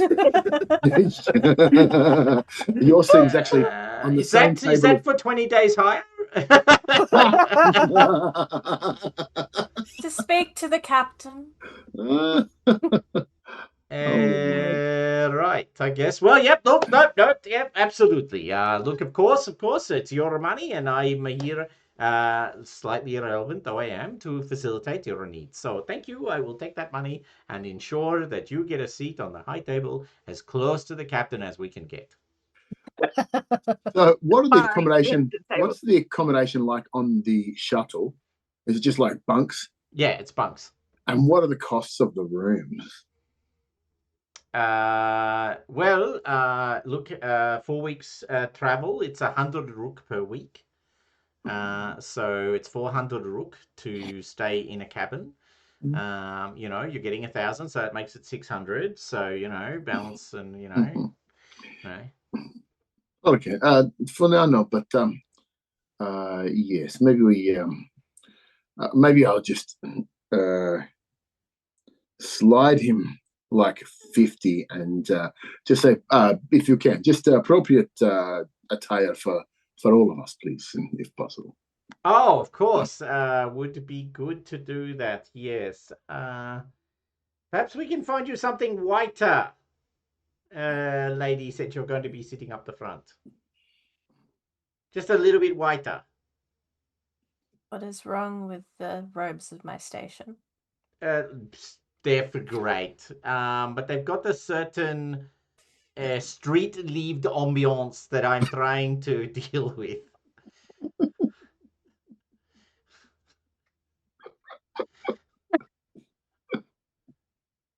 So, It is what our can we do? station. Well, yes, I understand, but the captain is very peculiar about this, and I'm just warning you, if you're going to sit next to the captain and you want to have the words with the captain that are good words, which I think you do, looking you in the eyes, trying to make some sort of impassioned contact here. There's You're just gazing nothing. right through his head like it's not even there. But he's looking at you. He's trying to catch those eyes. It would be good if you dressed appropriately. If you were going to sit with the captain, they're not much into street chic. If we must, but the bird will come. Oh, no, the bird must come. Everyone loves a good bird. Yours is amazing. It's got 2 heads. That's quite amazing. Look, a couple of months ago, we had some birds with thumbs. Absolute nightmare. Absolute nightmare. Can you imagine birds with thumbs? Yep, everything. There wasn't a kind of thing that worked in the whole ship that wasn't pressed or patched or pulled apart. It's terrible. I do wonder about our bird, whether it's got two separate digestive systems that end up with two separate bum holes as well. Are we getting... No, it doesn't do that, does it? Wouldn't it have a cloaca? It has two.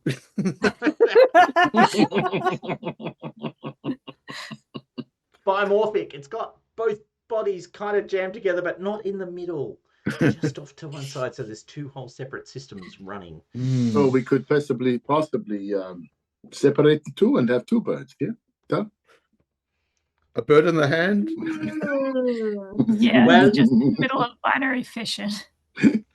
Anyway, I what digress. on this note, so let me just go back over this. So I've got 200 rook from you. Thank you very much, by the way. You're covering the cost of the clothing for most people, but a man has already paid for his middle seat. You've also paid for some additional clothing, and this person has bought you a nice little glittery bubble to go on the top of your hat. It's very nice. We don't have LEDs, but we do have shiny little gems that you can stick on the top. Lovely. It That will will reflect certainly light raise when my light is spirit. shined at it. It's very Yeah. lovely. So right now, as I understand it, my lady Miristo, the Oracle Miristo, will be sitting with the captain. He's struggling to find a way of describing a man that isn't going to sound like strict gutter trash.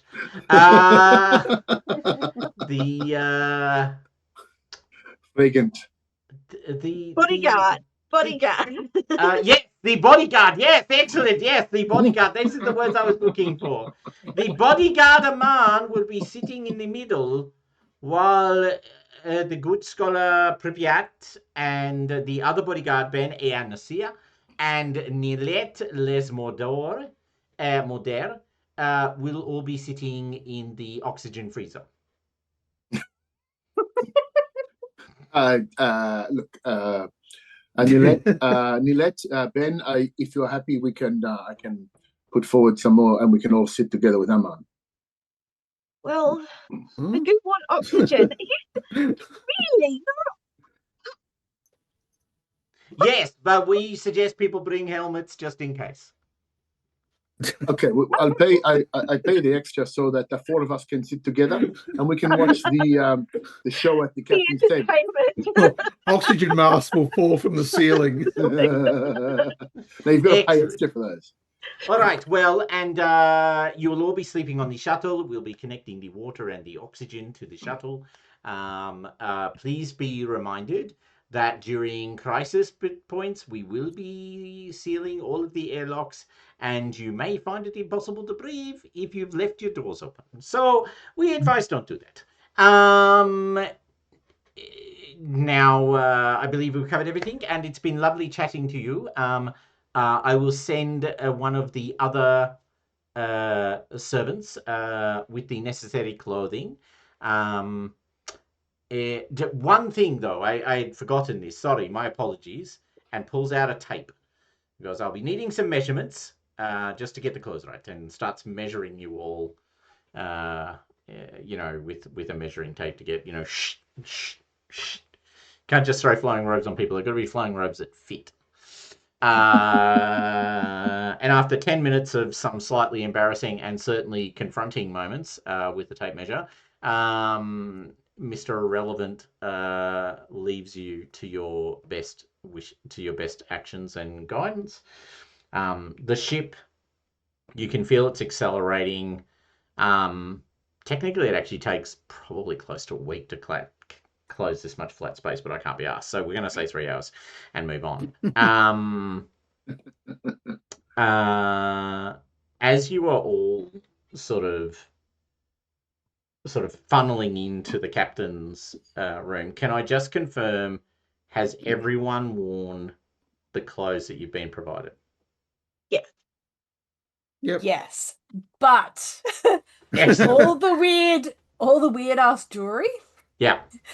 and there is now a big yellow mark down front of the robe. On the Jesus. white. You've literally just painted a giant yellow stripe down the middle. Yes. Okay, that's excellent. As you enter the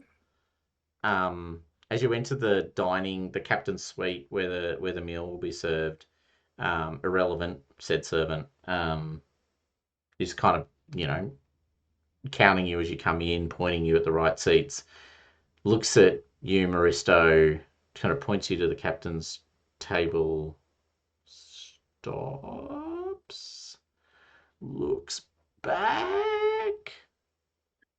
Oh, face goes slowly into a crunchy face. Okay. Anyway, yes, Miristo, the good scholar, the good oracle, Miristo. Let me show you to your table. All right. So you're sitting up there. You're surrounded by people all dressed to the nines. Particularly, you can see a Coriolite, and the way you know he's a Coriolite is he's wearing a big fat mask. So highborn, high station Coriolites wear masks. Kind of look a bit like wearing a shield on their faces. They're kind of a kite shield shape going up to a point. So they're a upside down kite shield pointing upwards and then curved around their faces with little, usually invisible eye slots. So usually mesh kind of style eye slots, so you can't tell that they're there. His is painted red and white. And he's dressed like you can instantly recognize he's wearing incredibly expensive like clothes and other things. Like you've been around these types of people. So he's sitting at the table, is kind of sitting there, sort of hand waving, talking to someone, sees you sort of coming around the side of the table, stops. Hold on a second. Takes one look at you.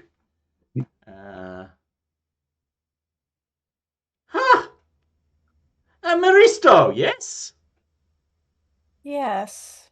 Oh, I was at the ceremony when you blew it up. Ah, so you see past the lies as well. What? No, I think you're crazy, but goddamn, it was funny. Oh my god, your mother's face when you said those words. Oh my god. Your mother's face, it was like watching a mountain crash in on itself. It was amazing. Tell me, how are you? I am well. Excellent. I'm travel. pleased to hear it. Are you still, shouting from the rooftops, as it were? I assume you have a box now that you stand on. It is sad that you do not see the truth. Yep, that's what I was expecting. Yep, definitely got a box then. Yep, okay. Got any reading material that I could pick up and have a look at? I'm always keen to catch up on where we're up to in our journey of discovery. Going to dip thumb into the pocket. Oh, were you keeping the pot of paint? Come out in yellow. And draw it down the mask. To protect you from the slipstream. This mask is worth more money than half of your family. Is your life not worth half of my family? Oh my god, I now remember the rest of the conversation that went down that day. Okay, anyway. Oh, so it's so good to see you. I had forgotten the lead up to the ceremony. Just to ask, are you receiving professional help or is it all just amateur work? I still see the signs. Yeah, that's amateur work right there. Anyway, okay, I can see how you're at the captain's table. Have you met the captain? No, I must also bless him for the journey. Yeah, I don't think that's a very good idea. Do you have a crew with you, or did you just come by yourself? I have a crew. Oh, and they all traveled with you in the same shuttle? The bird brought us here. Oh yeah, you've got the bird. When did you get a bird? Oh, that's The cool. bird. Okay, I'm not gonna lie. I'm pretty impressed by the bird. Okay. All right. Well, anyway, my Yeah. point was going to be, Marissa, I don't know if anyone's told you this, but the captain's very, how do I put this very nicely? Not into paint. That's how I'm going to put it nicely. Yeah. That would go very badly. And I will just say, I know it probably doesn't matter to you because, you're right and everyone else is wrong and everything in between those two statements. But if you paint the captain, your entire crew will probably pay a price for that decision. I'm just saying. Don't. If I do not paint the captain, we will all die. Yep. Okay. Well, anyway. Look. Harriet, how were we again? Oh, yep. Good. Yep. Excellent. Where were we? Oh, yes. The glass art. Yes. Let me tell you about the glass art. Have I told you about my cousin? No, I'm not going to tell you about my cousin. It's not good. Anyway. All right. Meanwhile, the rest of you are sort of shuffled into the middle tables. So it's classic sort of. Tea style medieval setup. So there's a high table at the far end. It's kind of slightly elevated. That's where Maristo is sitting. There's a bunch of other wealthy people. There's a bunch of guild representatives. So the ship has a whole bunch of different roles that are owned by different guilds. So the head of the Gardeners Guild is the Arborist, the head of the Navigators Guild. So the captain and the first officer are both Navigators Guild, and in addition to that, the pilot is a Navigators Guild member. There's a engineer who's a member of the Mechanics Guild, and so forth and so on. There's also formally a religious person on the ship, the Herat, who is a Coriolite. Now, they're also sitting at the table talking to your cousin, or your very distant cousin, as he is very keen to point out to anyone who asks. Utrepo, Ashur. So he is sitting with Utrepo.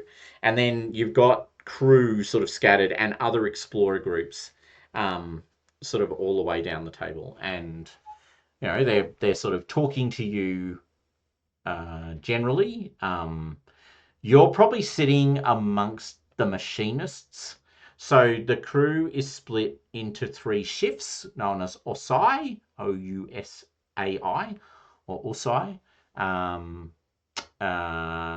which has an origin in ancient Greek. And so you're sitting amongst the first Osai, and particularly amongst the engineers of the first Osai. Everyone is dressed to the nines. So every crew member is dressed in these white robes with perfect face paint and other things going on. And they're all sort of chatting away to you. That's cool. Well, I'm happy to chat to the crew, the machinists. So they want to talk about jury rigging and repairing machines and keeping everything running. Absolutely. Do you want to make a... oh, of course I clicked on exactly the wrong one. Can you make an empathy roll for me? I'll try.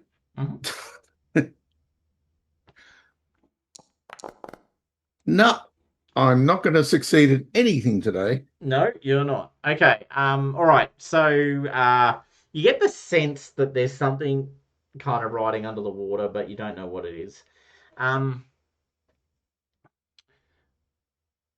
that point, the captain sort of comes out onto the deck and enters the room. The Herat stands up and starts chanting this kind of ritualistic sort of verse in a language none of you speak, because it's kind of some language from the Third Horizon that no one speaks anymore. So it's like ancient Latin, but it's a sort of set of words that are said. And the Herat introduces it as a chant of ancient Dabara that was spoken by the Dars at the beginning of every journey, and then starts to utter this whole sequence of effectively syllables that none of you know what it means. But it sounds very deep and sonorous and rich. Kind of whispering to the guy next to me, what are they saying? Do you understand him? No. No one Okay. knows what he's saying. It's from the Lost Horizon, man. I think he's looking over here. Okay. Okay, yeah. Anyway, it's weird, superstitious shit, man. We don't truck with that stuff. Like, if it's not cold and hard and made of metal, it doesn't matter. Yeah. We had to add the metal because people got confused. So there's he's chanting. The captain sort of strides out to the middle of the table, looks across. They're perfectly manicured, like in every way, the perfect example of a navigator guild. They've got this tall, sort of, Turkish style, well, as in sort of from the court of the Sultan sort of style hat. Not the big turbany bit, but the thin sort of rising sort of almost not cone funnel come off their heads. They're wearing these, unlike everyone else, they're wearing these deep purple robes with the symbols of the various parts of the slipstream. So like the slipstream is represented onto the clothes. And they then raise their hand and place it on the table. And as soon as they do so, the Herat stops their chanting and they go, all are welcome.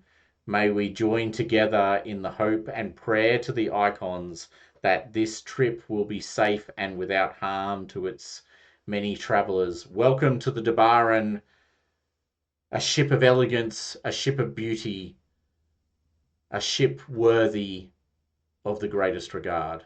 And they then start gesturing to pass out spirits to everyone on the table, these little crystal glasses. Who has ever traveled on a great ship before? Who's actually done great ship work? So you've traveled on a great ship? Well, I don't know. I had to travel from where the lighthouse was No, to. that's not great ship travel. You could have done that on a normal ship. Okay, cool. No, then I haven't. Someone's Possibly done at the Hull Hullguard. Guard. Who's done Yeah. Hullguard? You, Aman. Mm-hmm. Okay, so you know something no one else does. So it's considered unlucky to have for the captain's meal to not have 3 glasses break, Okay. but only 3. Okay. Now you've heard rumors that some captains. There's a story that goes around that the Hamura, which is another ship, and is famously completely uninterested in anything vaguely resembling ritual. The captain actually serves everyone metal goblets and then brings out 3 glasses at the end of the meal and crushes them under their foot. Right. But this captain is giving us all Yep. crystal. Yep, and they're crystal. They're beautiful. They're like little beautiful glasses. Obviously custom made. Right. Okay. Hopefully he'll only break 3, or I kind of tell the people around me, except for Maristo, who's up the other end of the table, and say, look, this is the deal. But I'm not going to break anything. I'm not going to do nothing. I'm going to drink the stuff in there when I'm told, and I'm just going to follow what they say. Otherwise, it gets bad. This is like superstition, and whether you believe it or not, they believe it. Yep, you can see all the engineers who've just been telling you they don't believe in any of this superstitious shit, holding their glasses very carefully with their hands over the tops. It's like, So, I'm not superstitious, but I'm just saying if something went wrong, that would be bad. Let me put my hand absolutely. on the lid. All right, so you're all served drinks.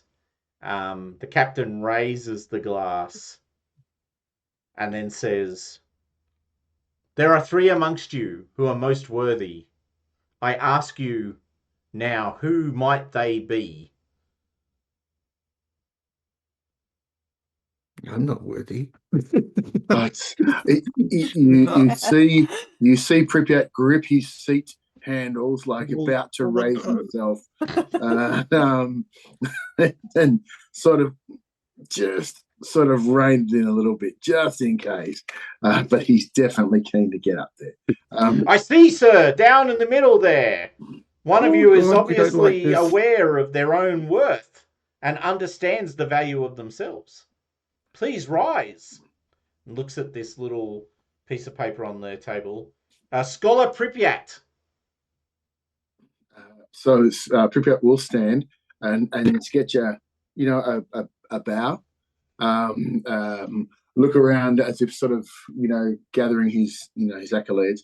You are too kind, Captain. We are grateful to be on your great ship, and here's to a very safe journey, and ignoring the whispers of crazy people. Always wise. You may break the first glass, Scholar Pripyat. Thank you, sir. The honor is mine. And just chuck it, I guess, or just you have no breaks idea. It's like literally you've just been told to break the glass. Over You don't the know what you're meant to shoulder. do. Over the shoulder. just is it a stem glass? Yeah. Yeah. So he'll just go bang and just break the glass, like try and keep the stem in his hand or something like that. Do it that way. This is, of course, Make a empathy roll, and you can add cultural savant because you're trying to work out exactly the right way to do this. So You drink, you raise it, you throw it over the shoulder. Okay, good. So cultural savant. That's what you want to Hang do. on, let me find this. Oh, you're supposed to make toast first, wasn't I? Whoops. Shit. Whoops. So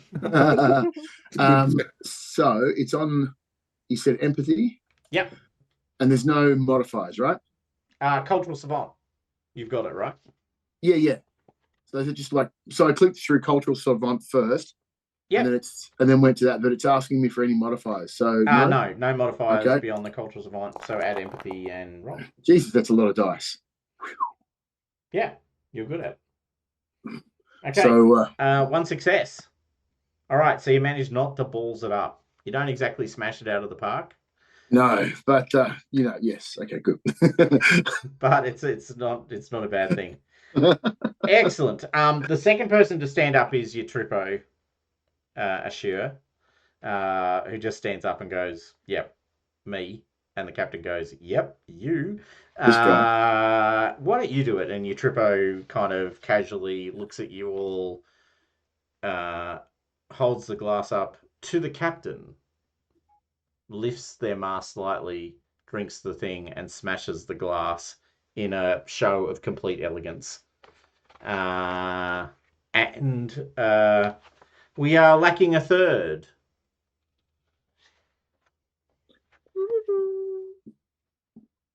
At that point, one of the other explorers sort of stands up and goes, I believe I can help there, Captain.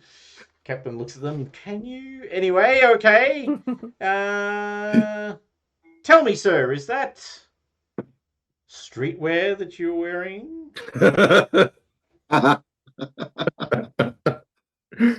Yes, it's all the fashion in the depths. Yes, well, it's not fashion here. I believe you won't need to sit up. You can sit back down. I don't want to bring disorder and disharmony to the table. Please, sir, sit. You will only embarrass yourself, let alone the rest of us. I fear that it is left to me to make the final toast, and I will make it. To quality, to style, and to elegance over all. Holds the drink up, sips it, lightly taps the edge of the glass to the table, cracks it like a little egg, puts it to one side. Now, I ask the rest of you to drink carefully, for you know that with this, the third breaking, from here on, only bad things can happen. So please, I beg of you, be careful with your glasses. Is anyone else Really happy that Maristo didn't stand up at that for the third point. There's a sigh of relief for the rest of us. That There was is. for your cat, by the way. Your cat is huge. You should see my cat. It's like 1/10 the size of your cat. It's like literally 1/10. It's so little. It's commonly referred to. She's a monster, but she's only a very small monster. Short cat syndrome. Exactly. All right. Now, the whole point is, at this point, the ship enters the slipstream. So there is a moment of silence. Oh, now, Maristo, the toast has happened. I'm giving you a chance just before. No, Maristo is going to stand up and say that, but we have not been blessed.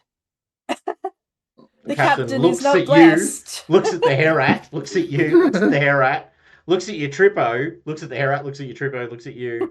Your Trippo's going, none of my business. It's like you are not protected. Oh, shit. Down their face. I'm slinking lower. Okay, so literally as the alarms start ringing through the ship as it's entering the slipstream, Maristo steps up with a thumb and just draws it straight down the middle of the captain's face. The entire crew go, "What the fuck?" And the guy that you've been talking to, Aman, goes, "Hey, aren't they with you? You are so fucked." And at that point, whoop, whoop, whoop, and the ship starts to shake as it enters the slipstream because it's entering the current. And there's suddenly, as soon as the ship enters, that whooping sound goes to a much deeper, much louder tone, and red light starts flashing as the ship as this voice is coming over the top. Warning, decompression incident has occurred on decks 7, 6, 5, and 4. Emergency sealing occurring. Whoop, whoop, whoop. And everyone is looking at you, Maristo, even as you say that. It's like as soon as you finish drawing the line down their faces, the captain's You are not gone, blessed in time. It is too late. and that is where we will stop tonight's session. Oh, damn it. I was going to whisper. Trippy, I was going to whisper to Ben, for God's sakes, shoot her. A sacrifice must be offered. I did not bring my pistol. Our ship isn't on deck 6, 5, 4, or 3, was it? It's on deck 4. Oh, right.